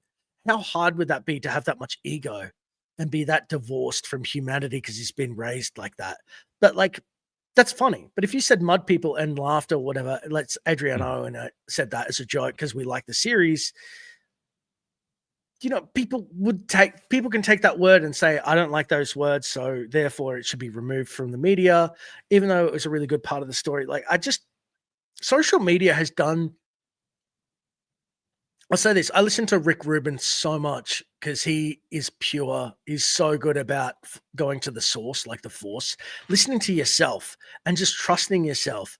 And I think social media makes companies way more reflexive to the loudest minority voices. And they're unhappy. People who are chronically online are very unhappy by definition a lot of the time. I'd say if you're screeching online, like, I think people commenting ugly shit 24/7 probably not the happiest with their own lives, or the people that want to project everything about them and it's selfish, me, not the happiest. So like I said, I think I agree wholeheartedly with his statement, but also I think these companies are they're trying to bend to the whims of, they're trying to project themselves. And I'll give you a good example. Like Worker, again, if they did story first, this would work. But in 2016 was the first time I remember reading that there was this article that said millennials were 60% more likely to spend money on a brand that was ethical.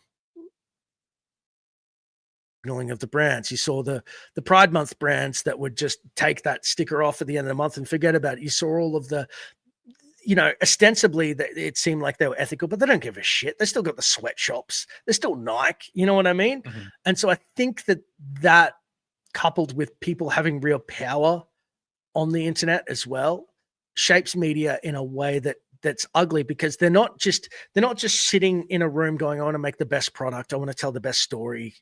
And I think that people who tell stories, who are in the media, are naturally more people minded and oriented. They're definitely more socially minded anyway. So they don't need an Mhm. extra prompt, you know?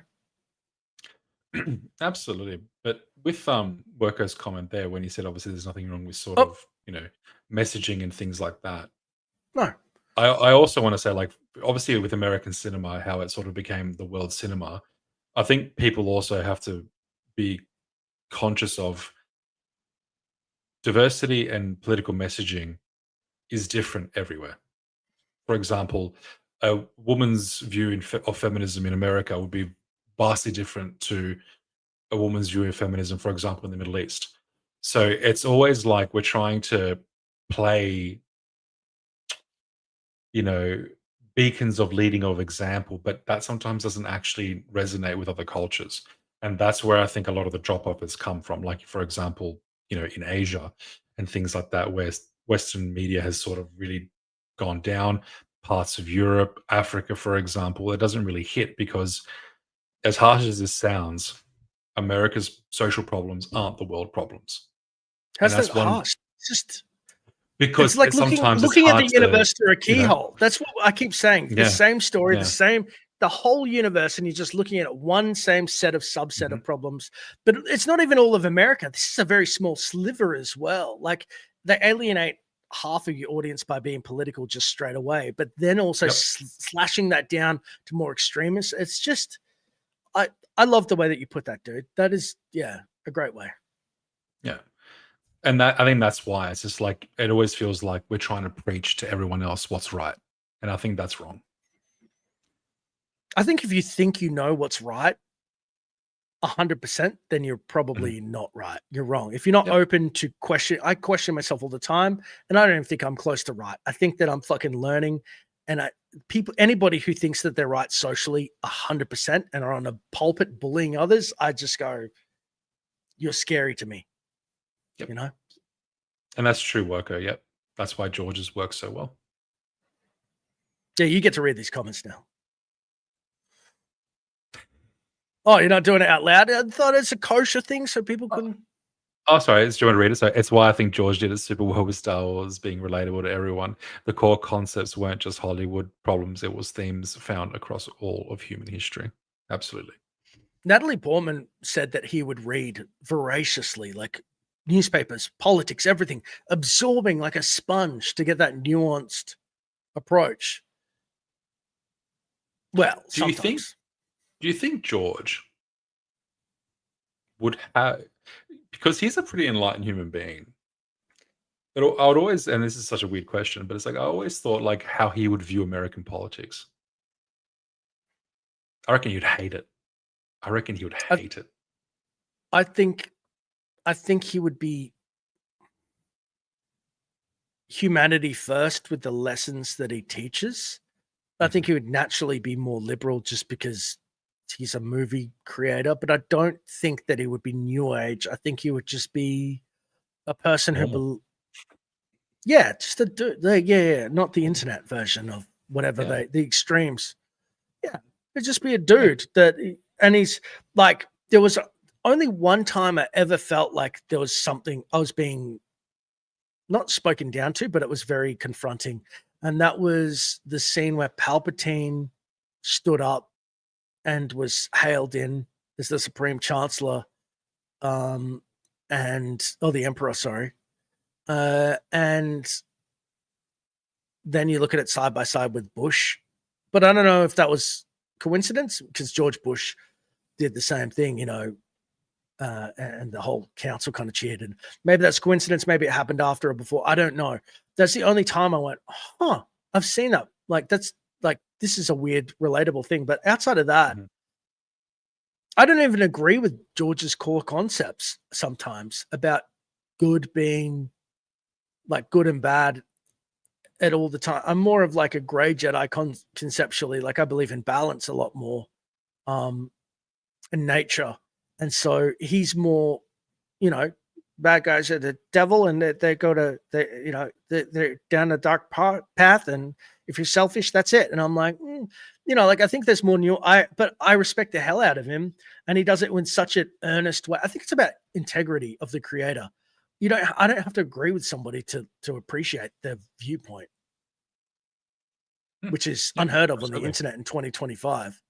100%. You get lynched for that shit. Oh no, how dare you? No, he should be. Whoever doesn't agree with me should be strung up, And read smut too by me.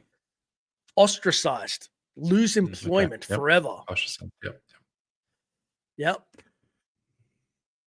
Like was just they're my enemy. They're not a fellow human. Yeah. I can't believe we went so deep. I was like, we'll talk about stuff, but you and I talk about this stuff all the time. And Mhm. we're kind of flabbergasted at how people dehumanize each other when we're so similar. All of us like have the same wants and desires and stuff. And it's just that's such a crazy time.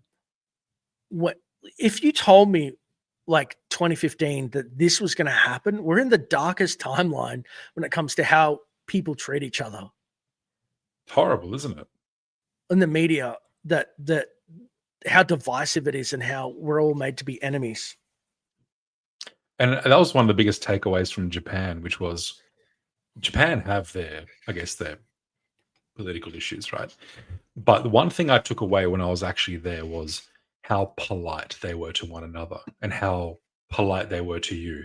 And that felt like the most simplest act of human decency is not there back home. So strange. Crazy. Like, you know what I mean? I was just like, I'm actually so flattered to be in a country where people respect each other. It was insane. You know what's Insane. crazy is that in life, I try and be better I try not to allow the divisive rhetoric percolate in there. I try and be better to others. I try to remember that we're all in this together and the internet's not real and that people are good and want to do good. And I believe that. I believe most like people, even if they're following their own like desires selfishly, but really people want to be loved. They want to do good. And I try every single person, I literally turn this on in my head. Having said that, I want to be bad sometimes when it comes to stories. I want to wipe out sand people, and people know it's a game and it's fantasy, and I don't want that for anybody in the real world. You know what I mean? You just have the title of your first smut book. I want to be bad by Dash Star. There you go. I want to be bad. On Tatooine. Oh, can you That's imagine how it. filthy? It'd be a sand people smut film would be 3/4 of just describing the smell. Bantha poodoo was rank in the air. It hung strong. just yeah. Oh, that's fucking funny. Just a sand. Just what were they called? The sand people. What were the actual names again? Tuscan Raiders? I said No. Tuscan Raiders. Yeah, Tuscan Raiders. Just the view of a Tuscan Raider sex pest. There you go. They're fucking idiots. The Tuscan Raiders. It's so dumb. I felt it If so you see my weird. hand skin, I'm going to cut your hand off because I've shamed you. Oh, they used to found be it s- normal people and they got their asses kicked in a war. So they decided that all their skin and technology was blasphemy. Why would I respect that? That's the dumbest thing to take away from getting your ass kicked in a war. It was so it's actually weird. I mean, like when I saw I think they tried to make him too, and it's not wrong. Like I guess even the Sand People, the Tuscan Raiders, would have a certain culture and whatnot. But the way they portrayed it in Boba Fett was so fucking stupid. Like when I saw Boba having that like sort of Hawaiian Carter dance thing, kumbaya thing, I was like, this is so shit. I Do you like remember that the scene? ground nuts The ground nuts. that he drank, the coconuts that he drank, the little pods. It made The water thing. you know how he's drinking those and he's like, they taste Yeah. disgusting, but you'll get used to them. Now use my Bacta tank. I was like, what the fuck? Stop offering that shit to people. He always wanted people in his spa bath, dude. It's Get fucked in up. my Bacta tank. Dude, have you cleaned that thing? Don't worry about it. I'm so filthy. That was a kink for him. That would be a smut book. What happens in Boba's Bacta tank? Can you imagine just like the petri dish of somebody testing the waters? The pH would be way off. And how funny was it? Like every time something happened outside his complex. It's like you'd come out in a fucking robe. It's like, what's going on here? I was like, why is Boba Fett in a fucking robe, dude? What's going on? You know, that's ego. It's I so think weird. that Tamara Morrison, and I love Tamara, and I cannot begin to articulate how much I like and respect him. But actors, God bless them, with their egos. You know, it's like the first dude who played V for Vendetta wanted to take the Guy Fawkes mask off and eventually was replaced by Hugo Weaving, who was like, I'll keep the mask on. It's a dope character. There are so many people that are like clearly Tamara in his contract was like the mask will come off. And he was happy about that. That helmet should have stayed on 24/7. I remember Boba Fett in the EU, like, this is my face. Like, that's how dedicated bro was to the helmet. Sorry. So Worko's comment is fucking funny. All right, let's have a look. You have to read it. Why me? Boba really wants Fennec bathing in that sweet bounty hunter musk of his back to take. That's after the Wookiee. After the Wookiee. The Wookiee went in there, didn't he? Everyone's had a turn. Everybody had to dip the toe. It was like just, can you imagine the shit that was bobbing in there? He's like drinking it like soup. Like, dude, stop. Next thing you open it, there's this fucking like din jar. And it's like, oh, it's just everyone's just bathing. Yeah, his G-string floating. He's like, sorry, I've got to get this out of my. That's it. This is my new mask. Boba Fett was allegory for Epstein. It's done. Back to Tank. They got files on him. God, they should never have given him access to that thing. Yeah, how many people have been in your back tag? I don't want to talk about it. I'm just a simple man. He wants to talk about it. He'd give it up to the feds. He'd be like, hey, I'll tell you everything in detail. I'm amazed he didn't just wear like a bathrobe and sandals everywhere because he's always just getting out for a steam.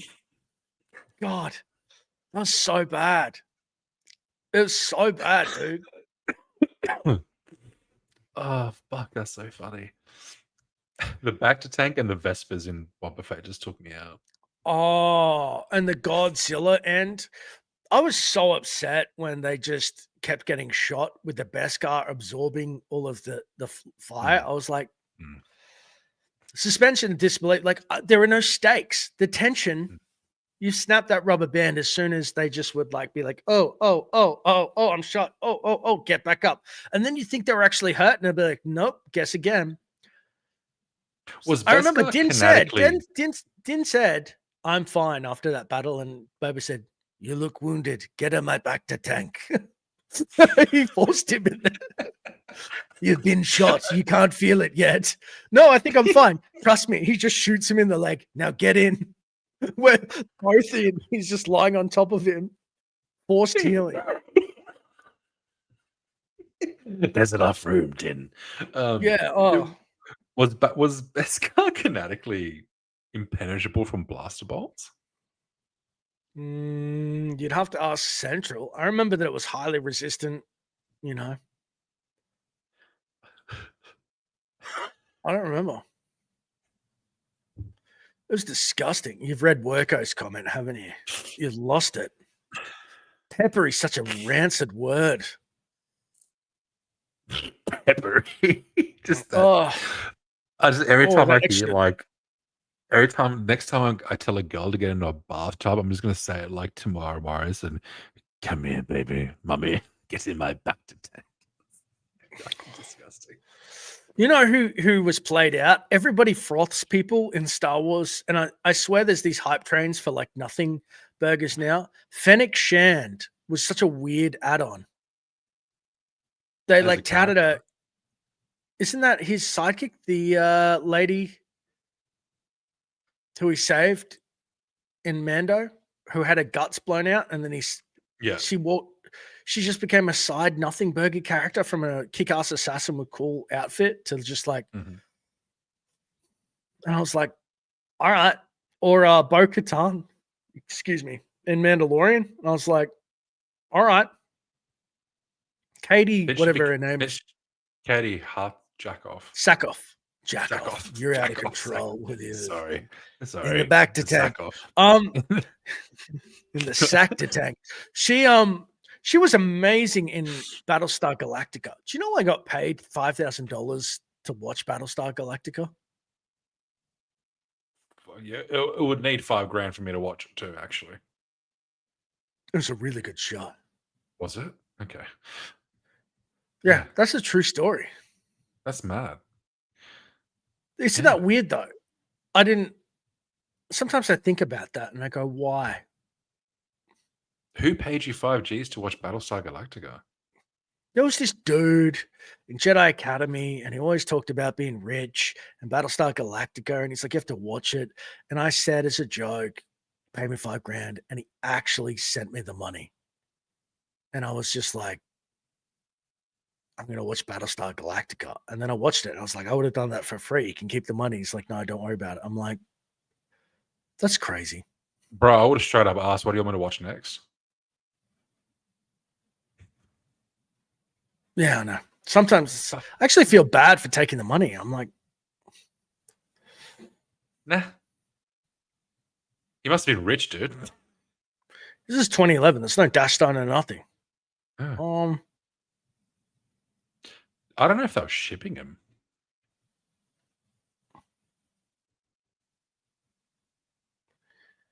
I don't know. Frothy. I love that word. They kind of Worko's your type of dude too. You know, like how you say Goodfellas, Italians. Yeah. Worko's a good dude.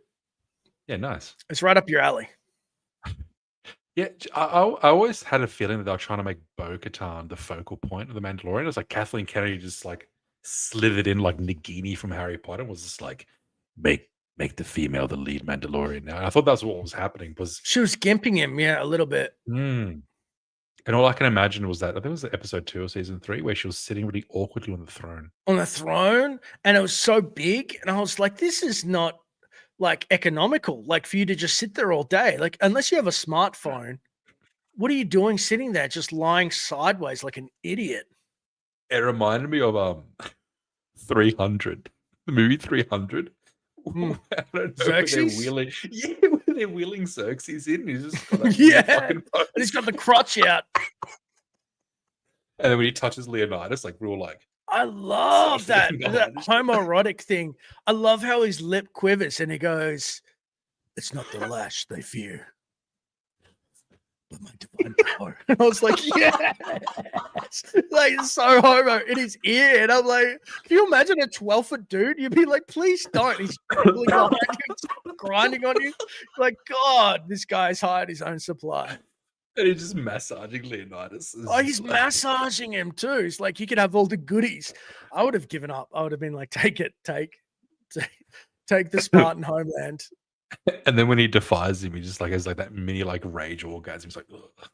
Yeah. It's not used to it. It's like, yeah, they made a second one of that film, and I've watched some clips, and I'm like, this is the dumbest thing. I watched it plainly because Eva Green gets taken to the candy shop. Didn't she get molested That's in the only- first one? Eva Green Forcibly. was not in the first one. Eva Who's Green that lady was out the of Game Greek. of Thrones? Yeah, Eva Green was the Greek chick that fought for the Persians, and she gets railed by that Persian admiral general. I don't know. I watched it for that. I'm a sick fuck. Sorry, guys. But yeah. I don't know. I watched it and thought, you know what? I'm going to get a really killer six-pack. Look how that turned out. Well, they CGI. You reckon? Did Gerard Butler get that CGI? Or was he just They also painted it on. If you see behind the scenes, they use this really clever paint where it's like really dark brown and outlines it, and so that when they film it, they accentuates it, but it doesn't look dumb. But yeah, so they contoured those guts. They contoured the shit out of it. That's hectic. So they did have abs. They just contoured it to make it more pop more. Some of them pronounced, yeah, some of them were ripped and cut and naturally. I remember Michael Fassbender said that he was the only one that was not on a diet because he was naturally skinny. They were like, eat more. And he was like shoving shit in his face and they were all crying. Dude, if I was Gerard Butler with those abs, but do you saw like those Spartans? It was like 50-year-olds that were that shredded. Like they must have done some crazy CrossFit shit. Do you know who else like makes you upset? When you see Lenny Kravitz at his age and how ripped he is, dude. Yeah.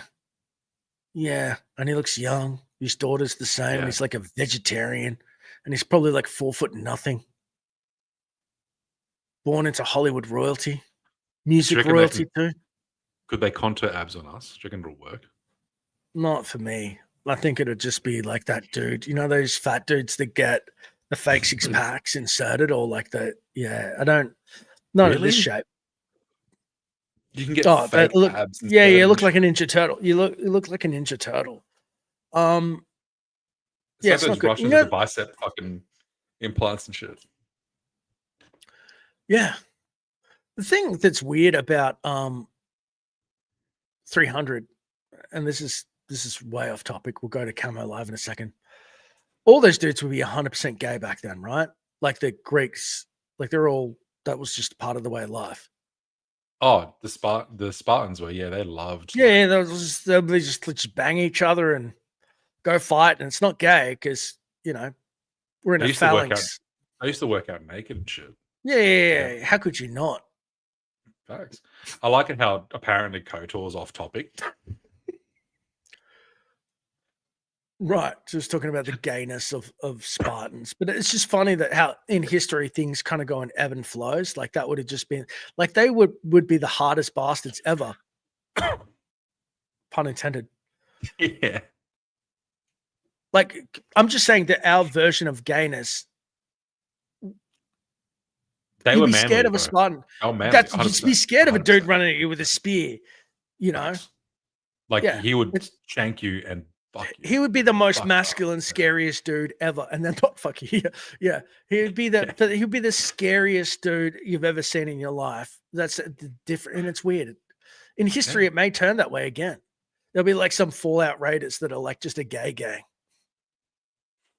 And they'll find some like VHS tape of some gay RuPaul something and be like, what the fuck is this? Gay guys used to look like this. We're badasses. We eat people. We're cannibals. We kill them. We just happen to be gay because that we get the best of both worlds. Okay, let's go to Fallout. Let's go to Star Wars things. Crate Dragon, Side Quest, and KOTOR is peak Star Wars. We may never see such perfection again. You know, it's funny. It's a good quest, but there's not really any fighting. Think about it. You go collect the bantha poodoo, or fodder. You get the fodder from the sand people, and then you use that to lure the banthas in to get the trick. You don't kill the crate dragon though. You only cut it up. Or Calo Nord if you go to Tatooine second, which you should. Yeah. All right. See you later, Central. If you've seen The Return with Ralph Fiennes or Ray Fiennes or Odysseus, you'll know. You're reading text. Is this a good time to wrap it up? It's 3:55 a.m. I promised you that it would go for an hour. I'm not actually reading a text. I'm actually Look, you better not be looking up some 300 crap. No. I'm just doing some adulting, actually. It's more bank stuff. All right. Well, this is a great time as any. Adrian, say good night to everybody. Thank you so much for the first stream. We're going to be playing games, not talking, because we can't be trusted when it comes. We can't be trusted. Yeah. We're gonna, stay focused. But it was lovely. We really appreciate you. Is there anything you want to say, Adrian? No, thank you for having me. I hope I didn't creep anyone out. I hope you guys enjoyed. Please don't go to Theory and tell him to unban me. He won't know what the fuck you're talking about. Oh, don't embarrass me, because I'll be like, I don't know this dude. 100%. Don't clip shit out of pocket. Actually, do it. It's funny as fuck. But I hope to entertain you guys again. Hopefully, during some games. Sounds good. Have a wonderful day and evening. And links. I shall be linking just for a second. Have you got your channel up? No, let's have a look. I have taken your channel down. Can you send me the link on Discord just quickly, por favor? Or put it in chat. The Twitch or the YouTube? Twitch Twitch. or YouTube. We're doing YouTube, aren't we? We are, but my YouTube's bare, guys, so don't worry about it at this time. I gotta get that shit in order. But yeah, there. Linked in the chat. Yeah. Or have you Oh, linked to it's me? in the Discord. All right, so follow Adrian, and we're going to be coming back to do all the Star Wars gaming together. Have a wonderful evening. I do my piece. I usually go like this, and then Theory ends the stream, but I've got nothing. So I shall see you next time.